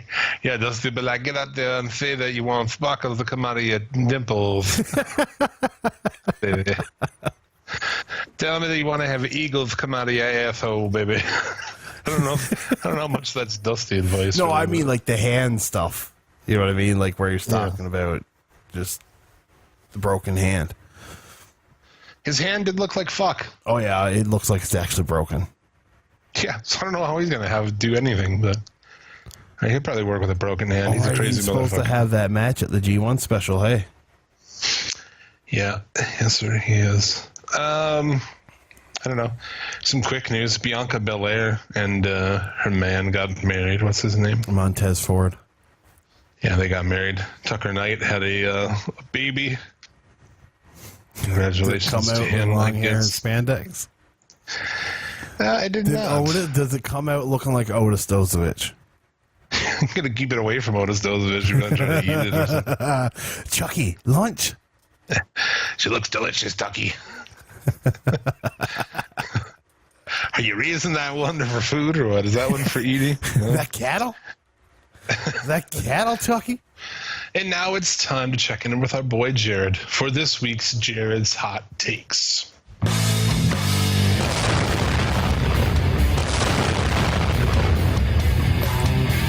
Jared's Hot Takes.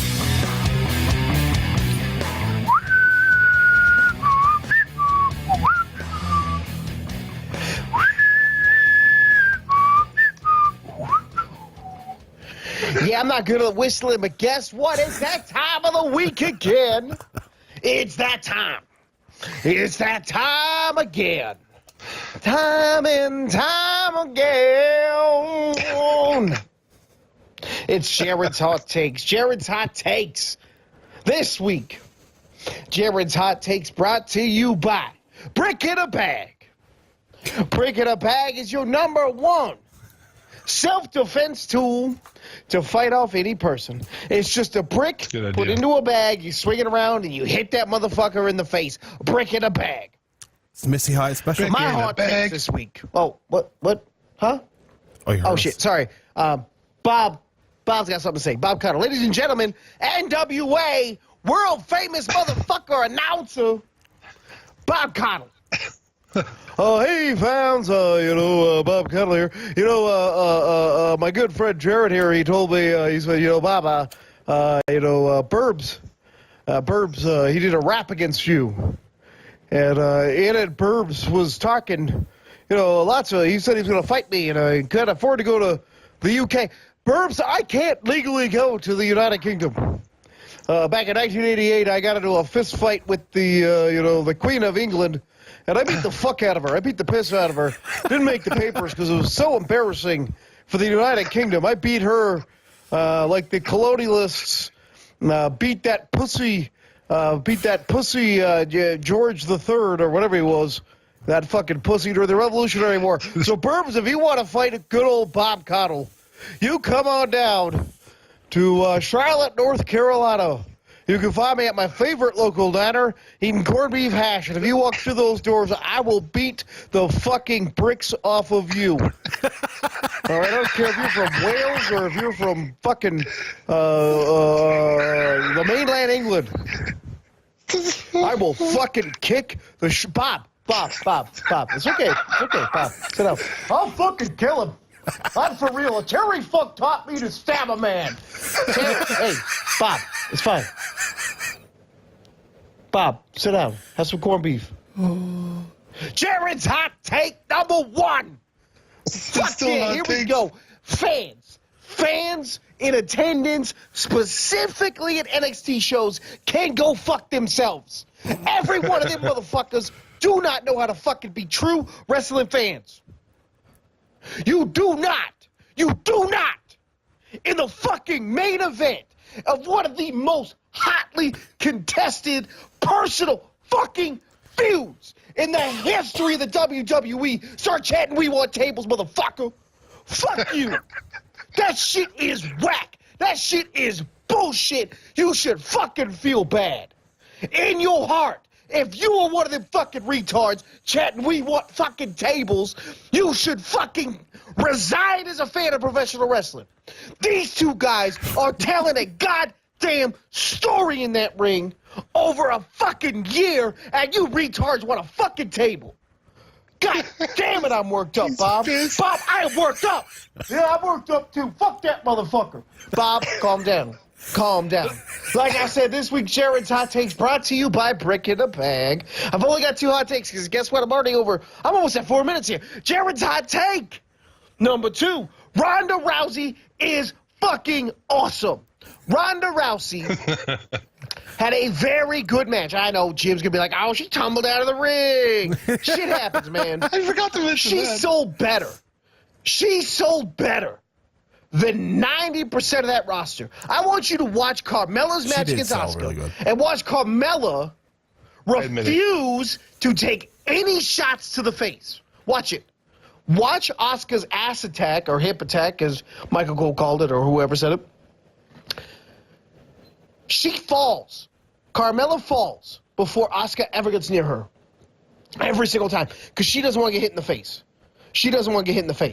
Ronda got punched and beaten in the face. And she hit that mat. She fell faster than a meteorite falling out of the sky. Not a good analogy. I apologize, fans. not a good one there. I apologize. But she fucking attacked that man. She attacked Nia Jax. She sold for Nia Jax. She acted like she was getting her ass kicked in that ring. That's Jared's Hot Takes. Ronda Rousey has a very bright future. She can't cut a promo, and I don't care about that. Her in-ring skills in 2 matches are 50-fold better than Carmella. That's all I got. Guess what? I'm over 5 minutes. This is the longest Jared's Hot Takes. I apologize. I apologize to Burbs. That's our Bob. Jared, don't apologize to him. Fuck him. That piece of shit. Come on down. Bob, let it go, man. Jared's Hot Takes. Thanks, Jim. Thanks, Tyler. Peace.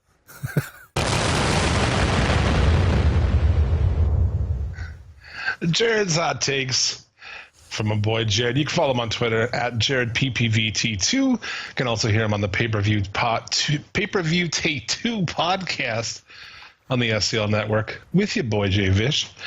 Holy shit.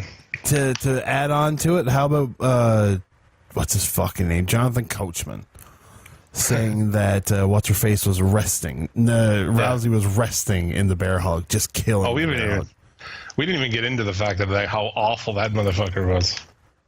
Garbage. Absolute garbage, man. I like that he reminded me that Ronda Rousey fell out of the fucking ring like an idiot.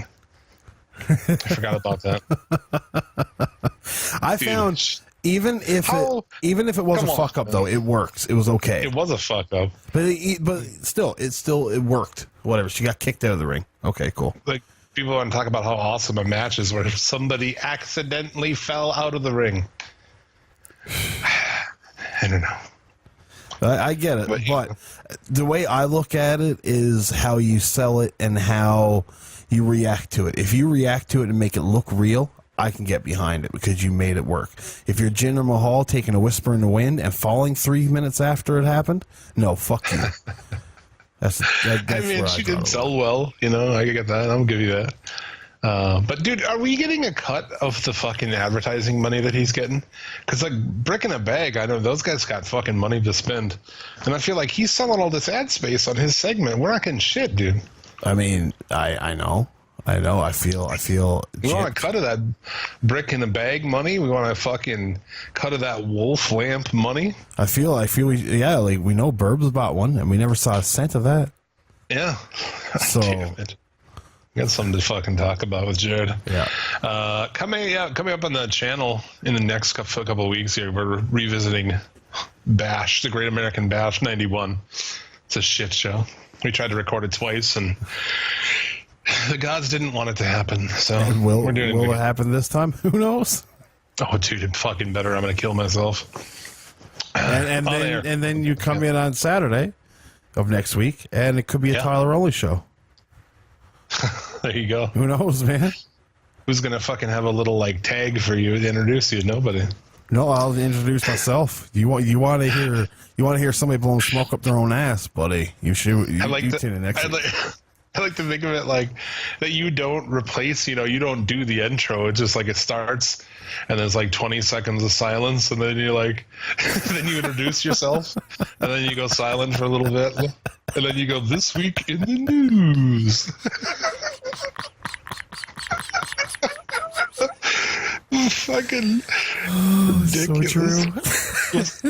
So true. You guys have a new episode coming out on the Federation, though.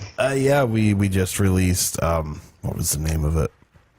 Fuck, man, what is that show called? You just watched it. You just recorded it. You just released it. It's bad news. They just man. released WCW Capital Combat 90, Thank The Return you. of RoboCop. Thank you. No, Return of RoboCop, not RoboCop. RoboCop. Why does it say RoboCop? Because Tony Schiavone. Literally. Yes. Literally. Yeah. I might be able to actually, I could probably quickly find it, to be completely honest with you. Just keep on going. That's the list. Oh my God. the list of Hyatt and more. Check that shit out, man. If you like this show, you should be listening to the Federation. Tyler and his brother. It's still happening. Why? Keep sampling me. That's great. I don't even have the fucking sound bar out. Like, what the fuck? This insensitive 7-star podcast, motherfuckers. 7-star, motherfucker. Hundreds of people have turned off this and said, fuck this, I'm done. They're too fucked this week. I like that show, but they were too fucking high this week. It was ridiculous. It was bullshit. I wanted my wrestling analysis done the way I like it, mildly stoned, not fucking. But we do this shit 52 weeks a year. We don't take a fucking week off. What are you gonna do? There's no off season in SCO. Yeah, let us take a week off. Sometimes we're fucked. Sometimes I drink a whole bottle of champagne and get fucked. Keep complaining and we'll fucking. Like a 3-year fucking anniversary show. I want to talk about CMLL. Because I watched it last night. I mean, there was some good shit on this show, man. I fucking enjoyed a lot of the matches I was watching. They need to get rid of the 3 falls shit. That sucks. But Jim, yeah. did they have RoboCop? Hit me with that again. RoboCop! Fuck, it is RoboCop. It is RoboCop. RoboCop. That's great. It should be a regular. Deal. Blue Panther, who is 57 years old. Did you see the gif of this? No. Or the gif? Yes, where he fucking dives right onto the apron. Oh no, he dives like into the fucking crowd over the guardrail. He's 57 years old. He jumps from the top of the fucking rope. I meant the guardrail. Sorry. Jesus Christ. That was pretty intense. Yeah, dude, that guy's a beast. Yeah. But the main event of the show was the Mascara versus Cabello match between LA Park and Rouge. It was fucking awesome, dude. Even though LA Park is like 52 and fat, he is rotund. I mean, like, he's still fucking good. And this was there you go. There you go. It was fucking awesome, though. They brawled through the crowd. It was fucking crazy. So here's the finish of this. Have you heard what happened in this match? No, you can go ahead. Okay. I was gonna watch it after we were done, actually. Yeah, I was just asking if you were aware of what happened. So it's a DQ. You probably won't want to watch it after this. No, first fall is DQ. Second fall, DQ the other way. Well, every one of their matches that before this have ended in DQ too, so that makes sense. Yeah. Rouge basically ripped his mask off in here anyway. I mean, you didn't see his face. The cameras kind of kept it, but I was like, no less. LA Park wins the first one by DQ. Rouge wins the second one by DQ. And there's a lot of bullshit in here. There's some ref bumps. There's some run-ins shit. There's all kinds of nonsense. But the third fall is a double count-out. Yeah. So nobody lost their mask and nobody lost their hair. Yeah, but LA Park got in the ring afterward, cut a fucking rad promo. Or so it sounded. I don't speak Española. Just, I have no idea what he said, but it sounded cool. Yeah, it did sound cool. You know, it's like Japanese promo. Suzuki, I don't know what he's saying, but it sounds fucking awesome.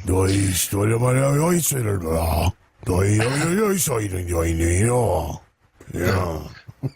It's his 30th anniversary, fucking Dude, and it's your 30th Okada. anniversary. Go rain outside. Go wrestle outside in the rain. yeah, I mean, but it worked so well though because he was taking on the Rainmaker. that is pretty good. I didn't even consider that part of it, sir. So yeah, but afterward, LA Park got in the ring and challenged him once again. So their big show is coming up later this year. So I expect we're going to see. show? Yeah, Yeah, when do they usually have that? Somewhere around September or something? September. Yeah. Yeah. Yeah, This I was guess good. that's Though. when they They would do that. brawled all over the place. They kicked the shit out of each other. They were throwing chairs around. It was fucking awesome. I enjoyed it. I really liked it. And some of the other shit was pretty good in there too. I'm a big fan of Roosh when he decides to put on a show. Like, I mean, Yeah. you can. It's hit or miss sometimes when you watch a Roosh match. Is he going to be lazy as fuck, or is he going to really go out and do it? Yeah, he went out and did it, man. He seems like, I don't know anything about that guy, but he seems like the kind of guy who's just going to fucking be dead in a few years. Maybe. I mean, you could tell by the amount of roids that he got. That back knee's got really. It's probably straining his heart a bit. Yeah. So, all in all, I thought it was pretty good. Shows had some good stuff on it. It's worth a watch. It's available free on YouTube. I watched it. Was it on on Twitch? YouTube. I looked on Twitch. I couldn't find the channel, but it was streaming. Cubs fan was streaming it on YouTube. Oh, okay. And then other people have uploaded it since in better quality. So, That New Japan CEO show will be on Twitch. oh, when is that? Fuck, I I can't shouldn't tell. ask you this because I'm sure I wouldn't know. I don't know. I think it's in July. I'm pretty sure. I think it's pretty soon. It's before the G1 starts. Oh, there you go. And I think the G1 starts the 13th of July. Yeah.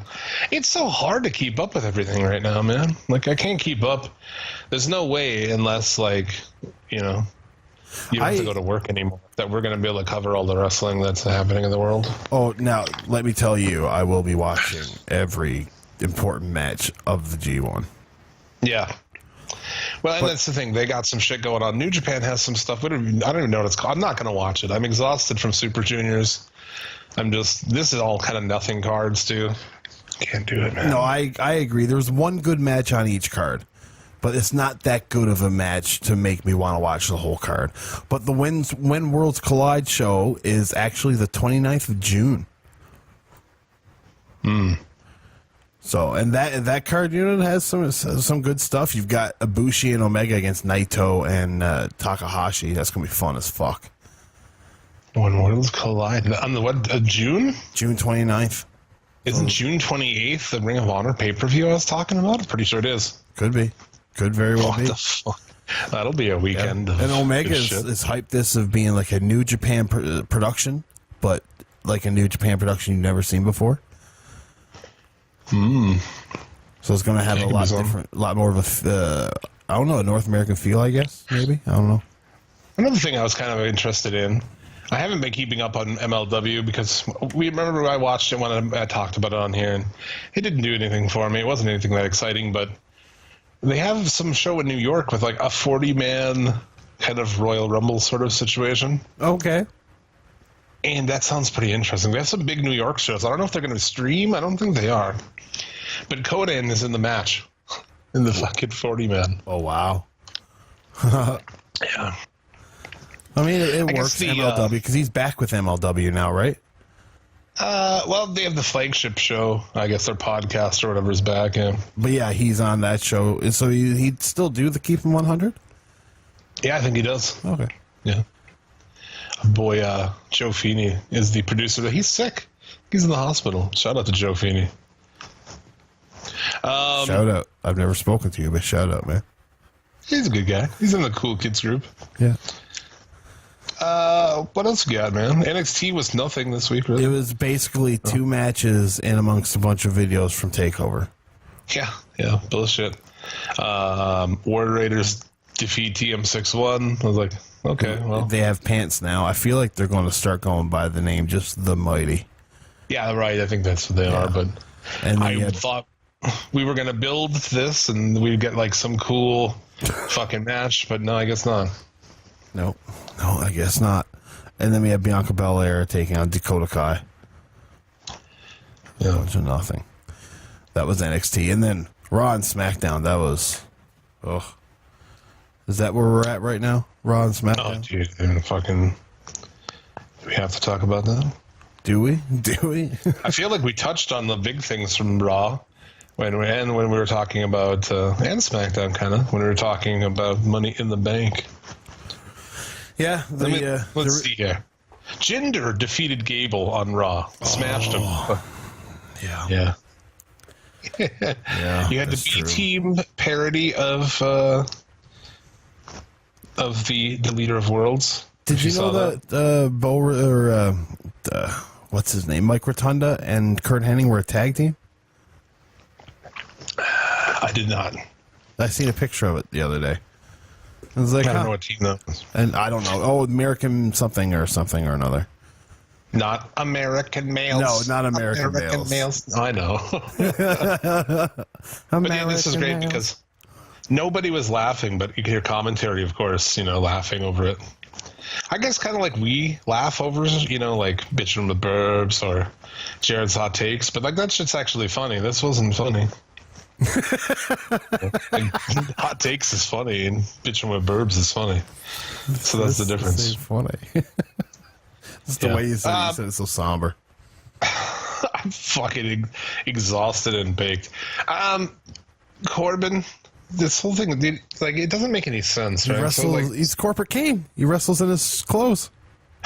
why would Steph just not fire Kurt Angle if she has such a beef with him? I'm not going to fire him. I'm just going to send this guy to fucking... It just doesn't make any sense whatsoever. How does he even have a job after that whole WrestleMania thing? Right? I don't know. They're like, oh, fuck you. We're gonna make you hang out with Baron Corbin, which is a good punishment. Oh, Like, you're I wouldn't want to fucking hang right, out with it that is. miserable fuckhead. At least, At least now his hair's not falling on you all the time. and he's got a direction that's not forced down our throats. So fucking dumb. What else do we have? Oh my god, the Riot Squad being punk rock. It's like Vince's idea of like, oh, what would punks do? They'd cut people's ties and they would put R's for retard on Bailey's fucking stomach and shit. So dumb. Oh, I feel And then we have the like Bailey- I need to do this because we teased it so many times. This one it actually applies. That's insensitive. Oh my god. And then Sasha and Bailey, dude. The worst angle of the year. There's no way another angle is going to start up and be worse than this. No, Right? no, it's not possible. They finally fight each other. But then, like, Bailey's finally fight each other. They've done it already. Dude. At Lockers at fucking Spelding's house. Yeah, fucking Bayside. I'm going to put the dance to Zach. You know, Zach wanted to go with Sasha Banks, obviously, instead of Bailey. And Screech comes Is in. that obvious? I don't know. Who would you pick if you could bang one, Bailey or Sasha? Oh, I'm going to go with Sasha. For sure. I don't know. I feel like I don't know, man. I don't find nothing appealing about a 8-year-old Riri lady. Hey, I was just thinking, like, unless that's your kink, right? I mean, unless you always want to do that. If handicap is your kink, then go for it. But it's not mine, so I'm going to go Bailey's with hot, man. Bailey is hot. Not the character, obviously ruins it. Yeah, I don't know. Enhances it if that's your thing, I guess. But I don't know. I like color. You know what I mean? Yeah, fair. What else do we have? She did a really nice throw. She hit the back of the car with a bottle. That was impressive. I didn't get she hit the back of a car with a bottle. I didn't even realize that. And when Sasha left, it doesn't matter. There were certain spots where they threw him, I think, into a table, and it's just so obvious a hop onto the table. Oh yeah, I do. Oh yeah. And Reigns was out with Angle here. Still the same. How are you getting this guy over face when all he does is cry like, I'm really the champ. I got screwed. I never get chances. Get all the chances. How did he get screwed? I don't know. He didn't. That's he lost clean. That's it. He didn't get screwed. Yeah. The cage thing, right? At the greatest Royal Rumble ever. You know? Yeah, I suppose. Because and Lashley comes out though. Lashley comes out to zero, and I mean fucking zero reaction. Yeah, and then just completely fucks his lines up. You know. At first, he comes out looking like an 8-year-old getting ready to go digging for clams. He is just, god damn it! Somebody's got to get him a pair of tracksuits, a tight black shirt, and just a headband, and just let him go. Does he name a person in pro wrestling currently who has a worse fucking personality and delivery than that guy? He is the worst. Yeah. He gets all he does default is just smile like a fucking dummy. That's all he does. Smile and point. He likes to point. God damn. Very fucking dumb. But yeah, then they just, him and Reigns destroy the Revival. Holy fuck, I feel bad for these lads. I can't wait for their episode of Why It Ended. They'll never clink titles ever again. Dude, these guys are, I mean, I know we harp on it, but they're in the conversation to be one of the best tag teams. We're these guys are really fucking good. Yep. Holy shit. Yeah, they've really shit that. There's you can't rebuild them. It's not possible. You know what it is too, right? It's they came up, one got hurt, he came back, the other one got hurt, yep. And they're like, "Oh fuck those guys forever." Yep. What, dude? Yeah, true. Come on, fucking come on! Everyone was talking about the Revival, right? So dumb. About a year ago, yeah, when they were in NXT. Yeah. They're setting up a multi-man match to determine who wrestles Lesnar sometime. I don't know. I think that match was at Extreme Rules, I assume. Come on, he's not working Extreme Rules. No, I mean the multi-man match. So in a month is the multi-man match to decide who gets Lesnar what at SummerSlam. I guess. Maybe. Oh god! It's always Survivor Series. I don't know. It's fucking always multi-man matches, dude. That's all it is. It's multi-woman matches. There's going to be 5 of them, and the winner gets to face the champion. And then after that, there's the same shit again. Yeah, no, it's the MO. It's the driving force. We just did Money in the Bank, and now we're back to just a bunch of multi-man match to decide. Without a ladder. On Raw, who every time they have a match, you remember they had a match, was it last week? They had a match with 4 guys in it. And it completely sent the rest of their show into turmoil, trying to figure out how to fill all the time. It's true. It's crazy with the amount of people on the roster. They have such a hard time in 3 hours. Oh, well. It's funny you mentioned that. Mojo Brawley. Detaches the rocket straps from No Way Jose, who he came off that rocket strap fucking defeat of Hawkins last week. No Way Jose did. But his run comes to an end here. In whopping 2 minutes and 40 seconds. Yeah. Mojo cut a promo afterward. I don't even really remember about what. Basically, he's not fucking around anymore. He's like, I'm Mojo Rawley and I'm not fucking around anymore. I think that's what he's doing. Pretty much. It'd be way better if he just like... Just like, he doesn't even have to say it. You could just have the bleep ready to just bleep out the frickin'. It's like, they do this shit with him though, right? They're like, yeah, Mojo Rawley. And like, will he be on next week's show? I fucking bet he won't. Probably not, no. Nope. You know who else I noticed wasn't on any of these shows? When's the last time you saw Cesaro or Sheamus? I don't care. I don't care about not seeing Sheamus. I'm fine with that. But when's the last time you saw Cesaro?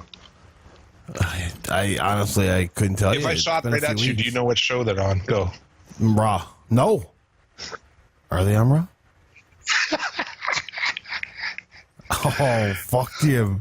Host a wrestling podcast. And this isn't even a slight on you. This is a slight on them because you're host a wrestling podcast that covers pro wrestling and you have no idea. That's on them, not on you. Yeah. They're on SmackDown. Oh, my God. They just got drafted, right? Yeah. Yeah. And have done nothing ever since. It's so true. It's been all Bludgeon Brothers. Yeah. That's it. Dude, everything. Every tag team I know involves the Bludgeon Brothers.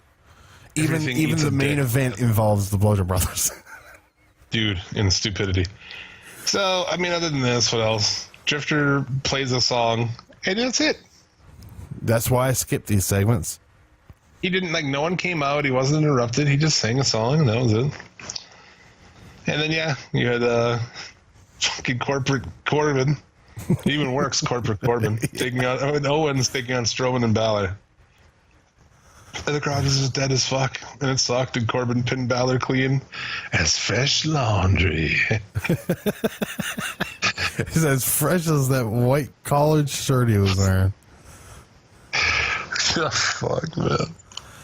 I much want to bet that Balor and Strowman become tag team champions at some point in time within the next year. He's my buddy Finn. My little buddy. Fuck? Yeah, I don't know what kind of fucking... He probably thought it was Nicholas. Dom, sub, gay shit those two are getting into. But did you feel the burn from Coach and all of his social media barbs?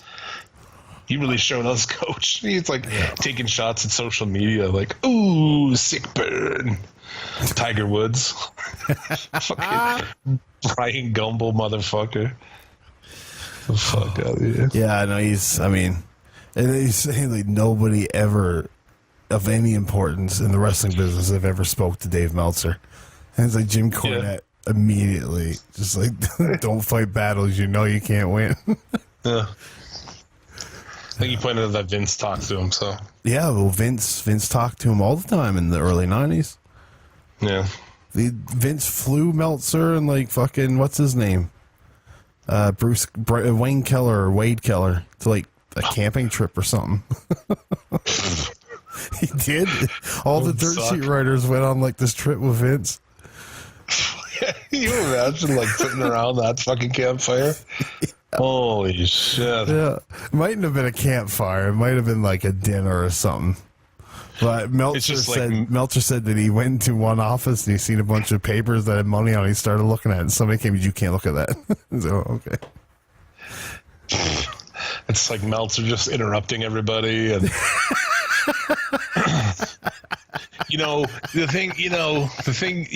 thing is, he's so interruptive. Let me look through my notes here 3 minutes later after all the how does Brian Alvarez do a show with him without just losing his shit? Like, you fucking interrupt me every week, all the fucking time. Yeah. God damn it, let me do my shit. He starts doing his clothes. David, I gotta talk about this. Fuck. I gotta talk about, fucking some weird shit. I gotta talk about this UFC show in 6 weeks. Yeah. We're fans of the Tuna Melter on here. Oh, me too. I love him. Wade Keller's a nice enough guy. His shit's not for me, obviously.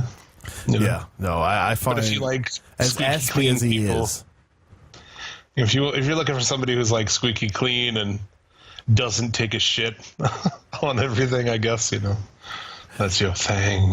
Let's talk about SmackDown. oh god, We SmackDown. have The Daniel opening is Bryan. oddly similar. Wait, what am I looking at? I'm looking at the wrong thing. Take us into SmackDown. Here we go. Toledo, Ohio. Oh, I mean, it started off with Carmella coming out and doing. I think it started with Paige backstage. Did it? Yeah. Maybe it did. Paige is backstage. I don't know what she was like. I felt sore. I assume she was talking about our show fucking sucks because we didn't get any briefcases. Oh yeah, it did start off. Yeah, she was very excited about how the Money in Bank went well and none of her people won. Awesome. Yeah, wait, you And then should you had even watch. Carmella in the ring just doing the exact same thing as Alexa Bliss the night before.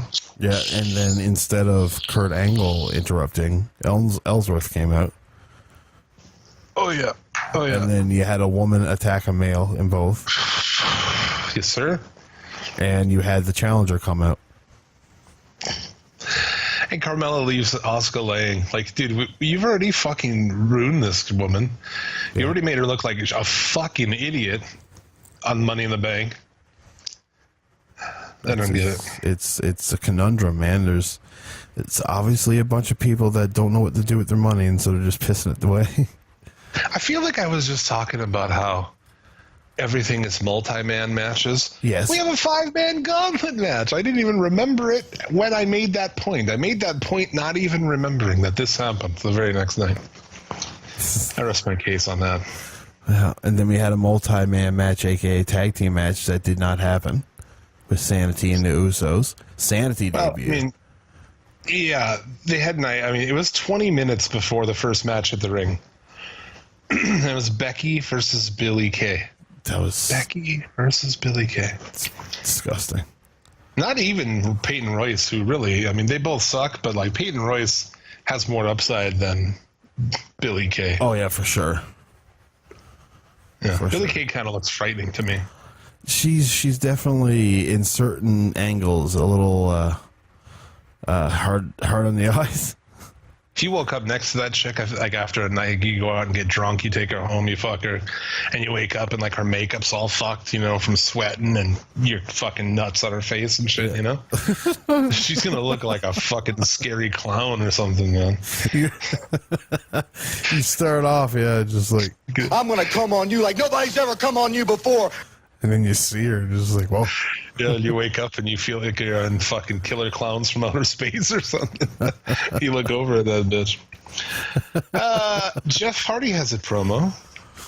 He's Yeah. back to the just for me, like this gimmick just reminds me of bad times. It takes me right back to 2011, especially when you just previous to this air of fucking 24 that shows him dressed exactly like he is here. Too fucked up to wrestle. I don't know. Doesn't seem like a good idea. yeah. I mean, I think it's obvious what they're using that with. It's a change of character. They're bringing him back akin to closer to what Matt is, and probably just capitalizing on having both of them on one brand. Just one on one side, one on the other, basically doing the exact same thing. I mean, I get that. But, like, I mean, also, they just showed that and shit from Victory Road or whatever, so. Well, yeah, It's but weird. it's a very small amount of people watching that. That was fantastic. Did we talk about that? That was No, fantastic. We didn't. No, but it was really good. I've The become a alternate fan cut of. of Bischoff, like where you can hear him giving the directions in the Yeah. ring. I was like, oh, my wrestling nerd nipples got hard. I was Yeah. like, ugh. It's still. Why did you let him go out in the first place? But Why did I excite my nipple right there? I did. Like when I said it, I like fucking. oh, you actually flicked the I did. I don't know the why. It nipple was bean? like force of habit. Good. I sweat so much today. My nipples got so hard and wet that they chafed. Fuck. Take that one fucking guy that hates the banter, not about wrestling. Fuck you. I'm going to talk about my hard nipples. My hard, sweaty, erect, irritated nipples. I usually like that show, but this week they were really high, and it was just really gay. He's talking about nipples and gay. Yeah. Right. What else we got? You got the Usos who go against the debuting Sanity. Sanity comes out and attacks them. There's no reaction, really. I didn't see the match, Jim, because Sanity's entrance put me into a seize. Wow, wow, wow, wow. Man, all the camera cuts. Dude. Oh, dude. Yeah. They kind of rip off that beginning thing, too, right? I mean, it seems very ripped off to me from the LAX entrance, you know? Yeah. The helicopter at the beginning and the camera up at the ceiling. And It really is. A little bit. I get you. But, dude, they debut every group the same way. Go through them. What was Paige's group? It doesn't matter. They attacked. Absolution. They attacked when they came in. Riot Squad, attack when they come in. Every fucking group of people who come in. That's what they do. So basically what they're saying is every group of people are violent and none of them are level-headed. It's just fucking lazy. Why? What's the basis for this, man? I just don't get it. It doesn't do anything. And the Usos, too, is like, the Usos, they had them on top, and now they've taken them all the way down now. Yeah, they taken them all the way down, but they cut a promo and the crowd is still into them. Yeah. Well, fuck, for how long? Well, exactly. This is, I mean, they need to start doing something with them. And hopefully the Sanity angle can, even if they don't come out on top, which are the baby faces, so they should. But, I mean, I think it'll do it. I think it's going to be good for them. I enjoyed the Good Brothers segment. It's amazing that they have those two guys who really are like two of the most entertaining fucking dudes. And they just shit the bed on them completely. They I know. Don't do them. There's Those guys have oozing out the of those funniest bodies. fucking podcast ever, man. Talking shop. That podcast was so fucking funny. Yeah, and they're the main things that made Southpaw Wrestling what it was. Yeah. Even like they do a sober episode of that with Jericho on his channel. Yeah. Somewhat recently. And it's fantastic. It's funny as fuck. Gallows has so many characters. He's such a character. Like, to me, if you asked me, what's one person in wrestling you would like to sit down with, it would be Luke Gallows, I think. I think it would be an absolute blast. Why aren't these guys doing funny shit, dude? Well, which one is it? Anderson who does like the fucking really good Stone Cold and shit? They both do good Stone Cold. I feel Gallows definitely has one. Fuck it, just let him do like dueling Steve Austin promos. Just make him fucking weird. Yeah, just have him fucking be buddies. Just be Stone buddies. Didn't we pitch at one point? We pitched like that they should be even like comically hit on the head and then just become, Ferguson and whatever the fuck, and just do their Southpaw character. Sex Ferguson. They did do that on the Halloween one, didn't they? Did they? Yeah, they took on Heath and Slater, maybe, but they were in that gimmick, and I thought that was pretty awesome. But no less. What else did we have? Good Brothers and the Bludgeon Brothers again. Oh yes. Yeah. But I mean, this one ends pretty quick. We didn't even talk about that. Did you watch that match? I didn't. Fuck no. It was like a 7-minute match, man. Who the fuck cares? Yeah, Bludgeons win a squash. Like, I'm fucking glad that we did that again. I'm very glad. And that's just it. This show has all these guys. They still have Andrade Almas, who was supposed to have a match with Sin Cara, and then disappeared. Yeah. They've got Cesaro. They've got Sheamus. Who else do they have on this fucking show? Ty Dillinger. Yeah, Ty Dillinger, which, I mean, I don't give a fuck about Ty Dillinger anymore. I never did either. No. But I never did either. But when that guy came up, he was over his shit. They should have pushed him because fuck. And that's just the thing, man. That's what they do. That's if you get over by yourself, like you always say, damn you for getting over. Yeah, I remember they would do shit with Ty Dillinger, and it was just I could feel Vince somewhere just like saying like, let's see how long they keep fucking saying 10. Yeah. It's unfortunate. And when we don't even like that guy, and we were like, dude, they should be pushing him. Well, there's flavors. 99 different flavors. Everybody wants different ice cream. Give everybody what they want. I mean, we never liked fucking Enzo and Cass, but at the point there was a time where it was like, this is popular as fuck. Yeah. You know, you may as well put the fucking tag belts on them or something, or do something. You know, which they did push those guys a lot. I'm not saying that, but I mean, I'm just referring to guys that we don't like, but I know when people should get a push. You know. Yeah. Yeah, I mean, and the entrance alone will captivate people for a couple months. I just don't know why we did this again. It was only for them to walk past Daniel Bryan. That's all it was. Yeah, that is They all did it the was. match so that he can walk past them as they leave, And they stare at each other weirdly and awkwardly, and a bunch of sexual tension. and then they come and attack him in the main event for no reason. It's like the dumbest thing. Why? It's fucking dumb. But I thought this was pretty good. What, you had something to say about Big E in this? I thought Bryan and Big E was fun as shit. I don't know. I felt like it could have been better. I feel like it should have been more to me. I don't know. I don't know about their booking of this whole thing, but you know. Well, yeah, I mean, and you can't really even say that, you know, that's a knock on Big E. That could have just been, you know, the word down from higher up. You know what I mean? Like, you got a full gauntlet match. Do not go out there and make it harder. He did the dive. I mean, come on. Big E did the dive. He does that dive all the time, though. Not all the time. Well, I mean, most of the time. It's still impressive. Maybe to he me. doesn't do it on a house show. Yeah, probably right. I enjoyed it. I thought it was good. And then I Bryan enjoyed defeats it. Don't Joe get me by wrong. I countout. enjoyed it. I did. Yeah. He defeats Joe by count out then. And then Harper and Rowan attack him because lazy fucking booking, that's why. How are we going to get him out of the match?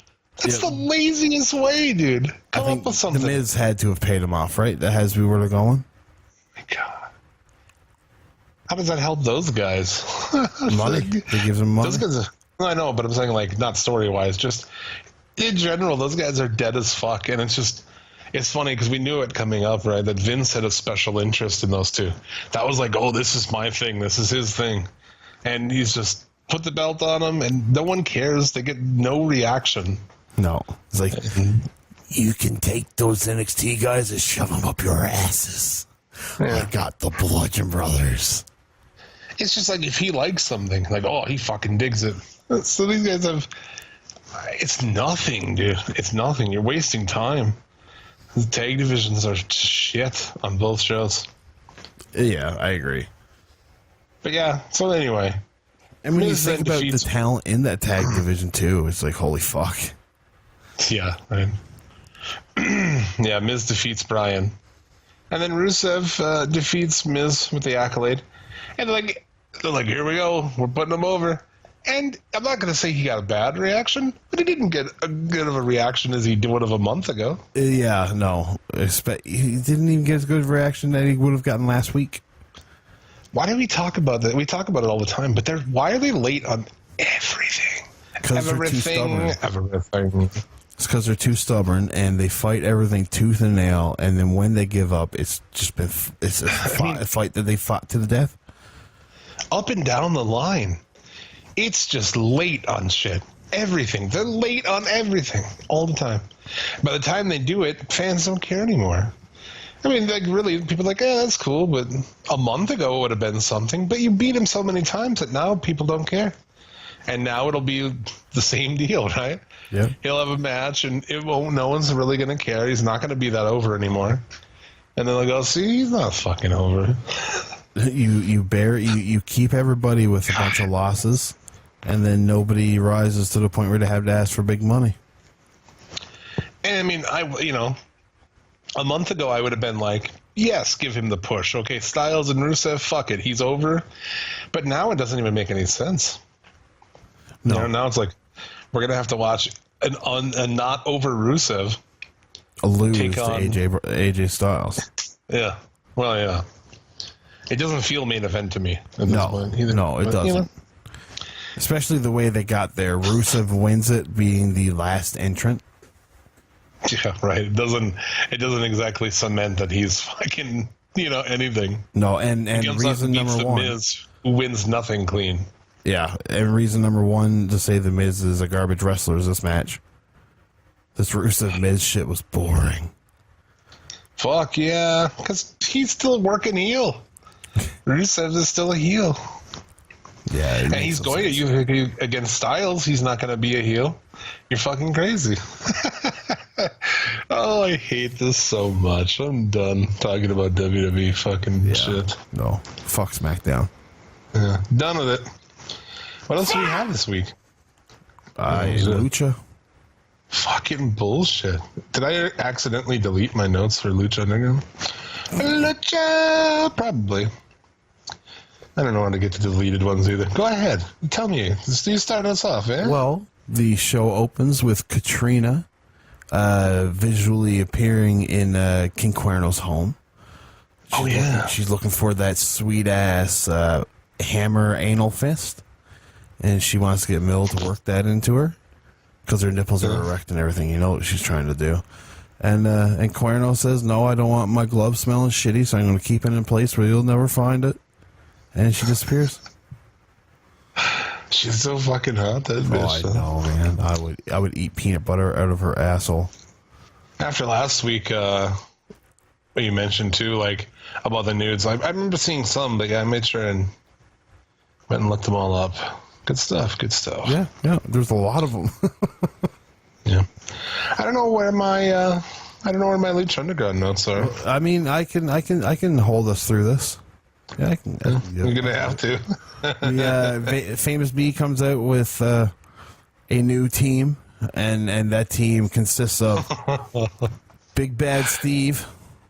Big Bad Steve. He's a mechanic, Big Bad Steve.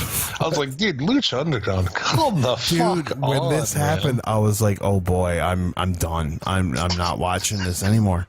As soon as Big Bad Steve came out, I was like, okay, you could suck my dick. He even says, I love fucking Famous B, but he even says, he's like, I met this guy at a mechanic shop. What? I know. And then we get the most baby face man in the world, Sammy Guevara. Oh man, yeah. I mean, I think we should have. He's a gayer Will Ospreay, is what he is. Oh man, he's like, to me, he's on. What's that Canadian guy? He's the other white meat. What the fuck's his name? Fucking the other white meat. What did we call him? Yeah, I don't know, man. Ty Bailey. Ty. Yeah. Oh no, Speedball. Mike Bailey. Mike Bailey. Yeah. Speedball. Mike Bailey. It's like we should have a twink tournament. We should in a Facebook group. Oh, what's like his name? The like Finn Balor 2.0. Yeah, we'll get him in there. We'll get Finn Balor fucking 1.0. Get Speedball, Mike Bailey, Sammy Guevara, Will Ospreay. And we'll just have a fucking twink tournament, dude. I do like Sammy Guevara though. He's a dope wrestler. Like even his kip ups are even pretty goddamn dope. Like they're effortless. I like him, but I mean the face's got to change. Put a mask on him or something because he if smiles ever too there much. was a guy who should have a fucking mask on, right? It's Sammy Guevara. Yeah. He looks like Justin Bieber. Who wants to watch Justin Bieber wrestle? I don't. It's Justin Bieber. He is though. He looks just like him. Yeah, that's fair. I have looked this whole time. My notes. I had notes.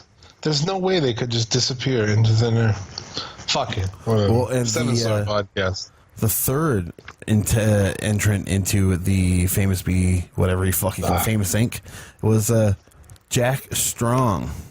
Jake Strong. Jake Strong, formerly known as Jack Swagger.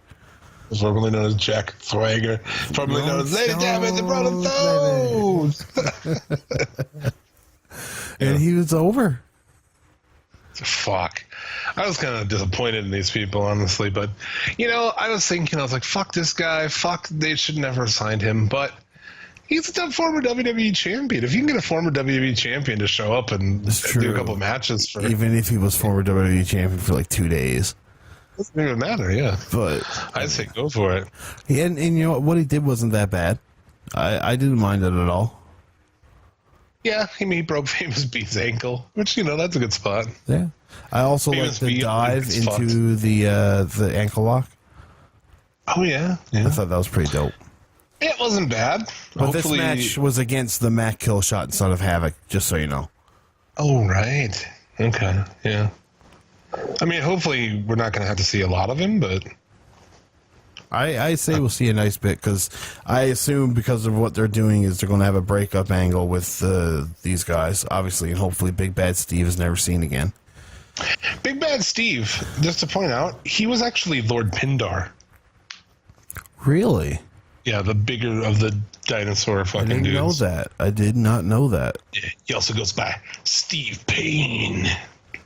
But, well, he should never go by anything else other than Pindar Dude, because Steve Payne what? and Big Bad Steve are garbage wrestling names, and I would What never is pay Big- 2 cents. What is Big Bad Steve, man? Yeah, I don't get it. He's a fucking mechanic, and he thinks he's big and bad, and his name is Steve because it said so on his mechanic shirt. Yeah, it is. I don't know about all that, man. It's like, what's his name? It says Big Bad Steve on his mechanic shirt. Oh, Big Yeah. Bad Steve it is. I mean, maybe he just wore that from work. He probably did. What's your name, man? Well, it says Steve here.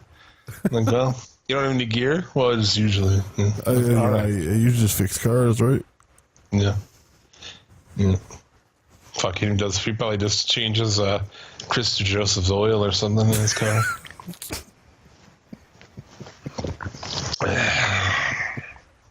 What else we got? I can't. We had Antonio Cueto came out and he announces that he's going to start to assemble the Gift of the Gods Championship.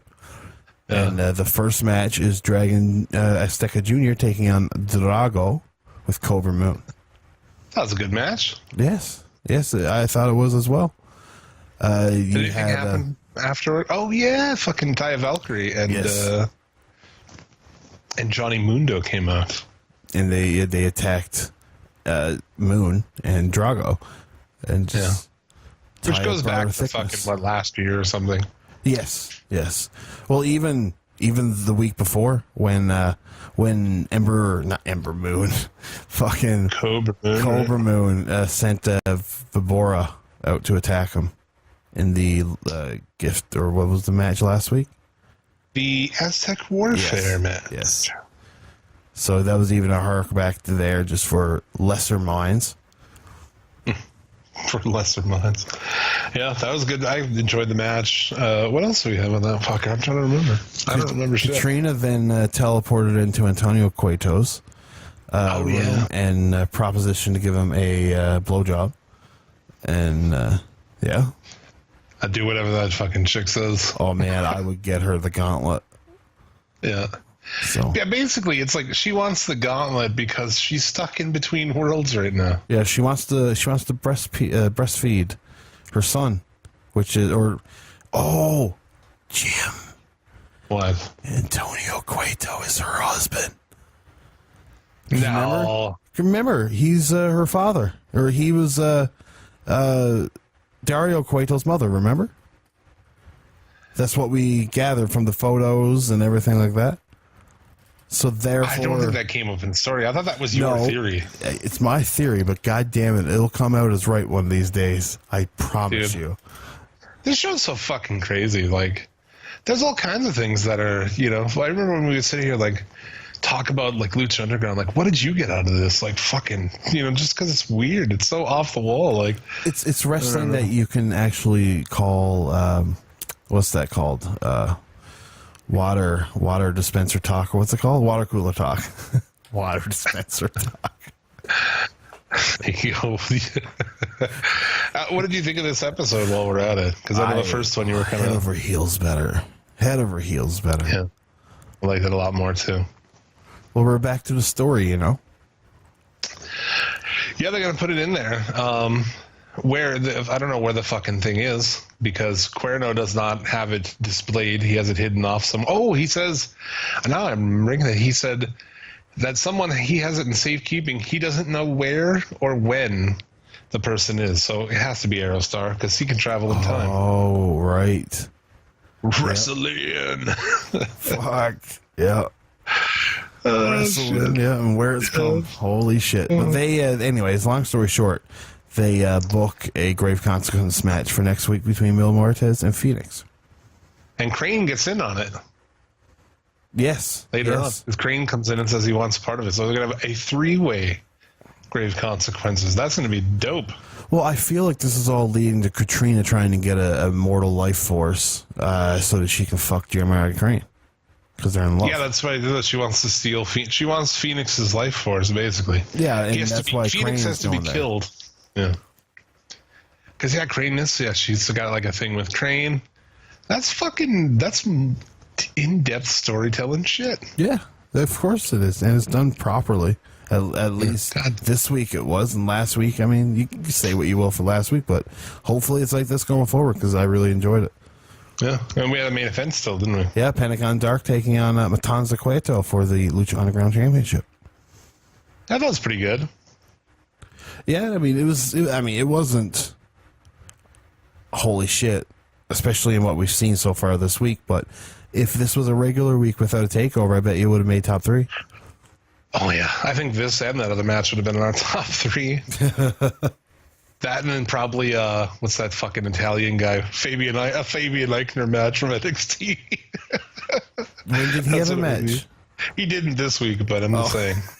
On a normal week, it'd be like these 2 matches, and then Fabian Eichner match. I really did wish I caught Ali Murphy and Kenta from 205 Live because I heard that was really good. That's the big news story that we didn't talk about. Oh, what? Kenta's going to Noah. Oh my God! Was it confirmed that he's going to Noah? Yeah, that sounds like the only thing that's really. It's like a joint deal or partnership. Not really. They're like, yeah, you can fucking have him for a while. That's cool. Oh, so they're not taking nobody in return? I don't think they are. No. Oh wow! Because if they need any more Japanese people, they have no idea what to do with. Fuck. No, but I mean, I think that could have been a great way to. Because when I first heard that, I was like, "Oh, that's WWE going to buy them." It's like what? I think it was Brad that said that in the group. When is the next Cruiserweight Classic? Ooh. Oh, that's a good idea. Yeah, have them in the Cruiserweight Classic. I think they do that alternate years. Like they do the Mae Young Classic this year, so they'll do the Cruiserweight Classic next year, isn't it? I have no idea, but maybe you can get some guys from there for the next Cruiserweight Classic. Oh, there's tons of guys. I'm stoked for it, actually. I think he probably wanted out of there. Maybe. Probably. You're probably right. That's too bad they could not. We're not gonna get to see him in New Japan. Like if him right now, if he could come back and Kenta and have some actually like good fucking matches. I think the days of Kenta having really good matches are over with. I hope I get proved wrong, but I think it's over with. I think his shoulder's too shot.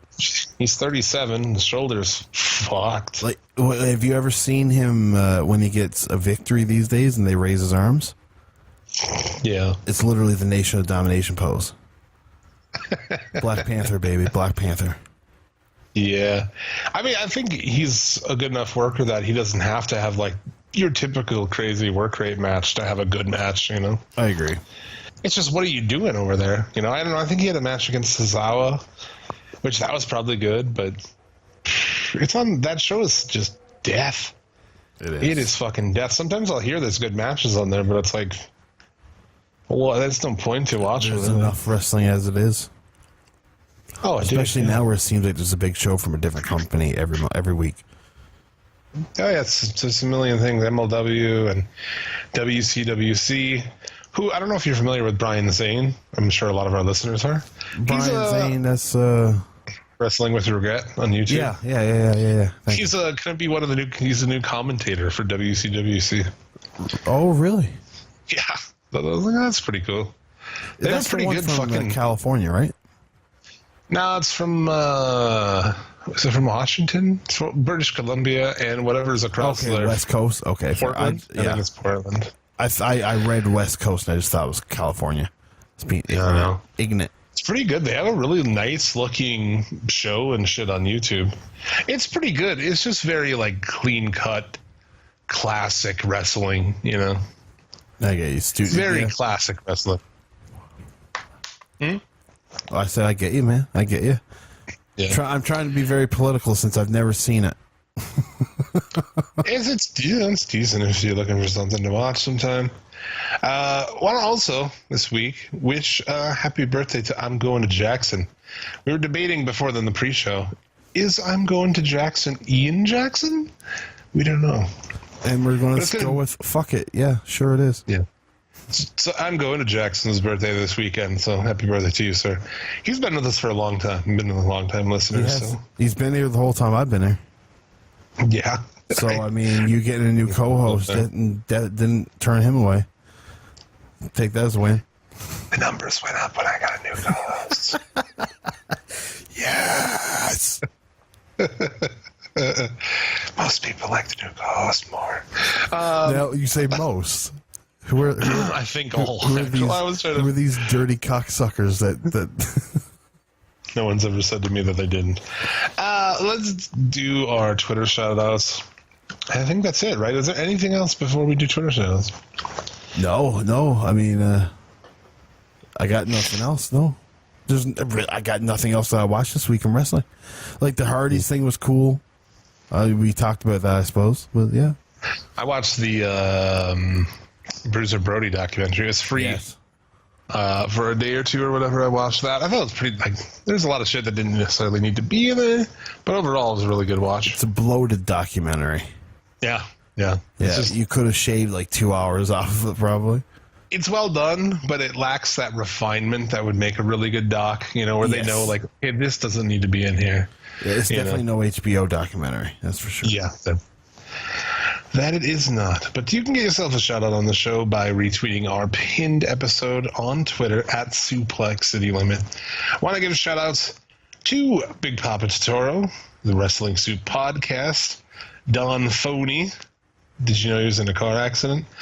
Dr. Butcher, MD, The Gaming Marathon, Leo OK, Mafia Life Francie, Fathead Turtle, Snoring Elbow, Bobby Anthem, Inhuman Experience Podcast, much love to them, Tony Vasquez, Eric Turner, Tremaine Lasley, The Croc, do you smell what the Croc is cooking?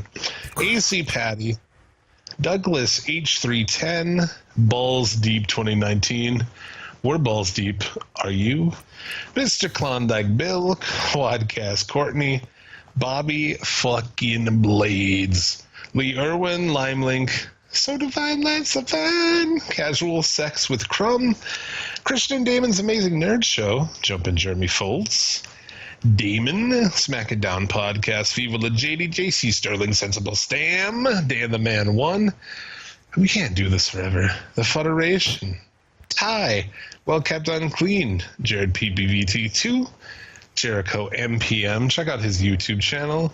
He uploads our show with video game footage. Caleb Morganfield, EMZT Podcast, The Neanderthals, Wayne G, and Dumb Homie Motherfuckers. We thank you very much. You are blessed. I am tired. It's 1:30 in the morning. I am exhausted. Yeah.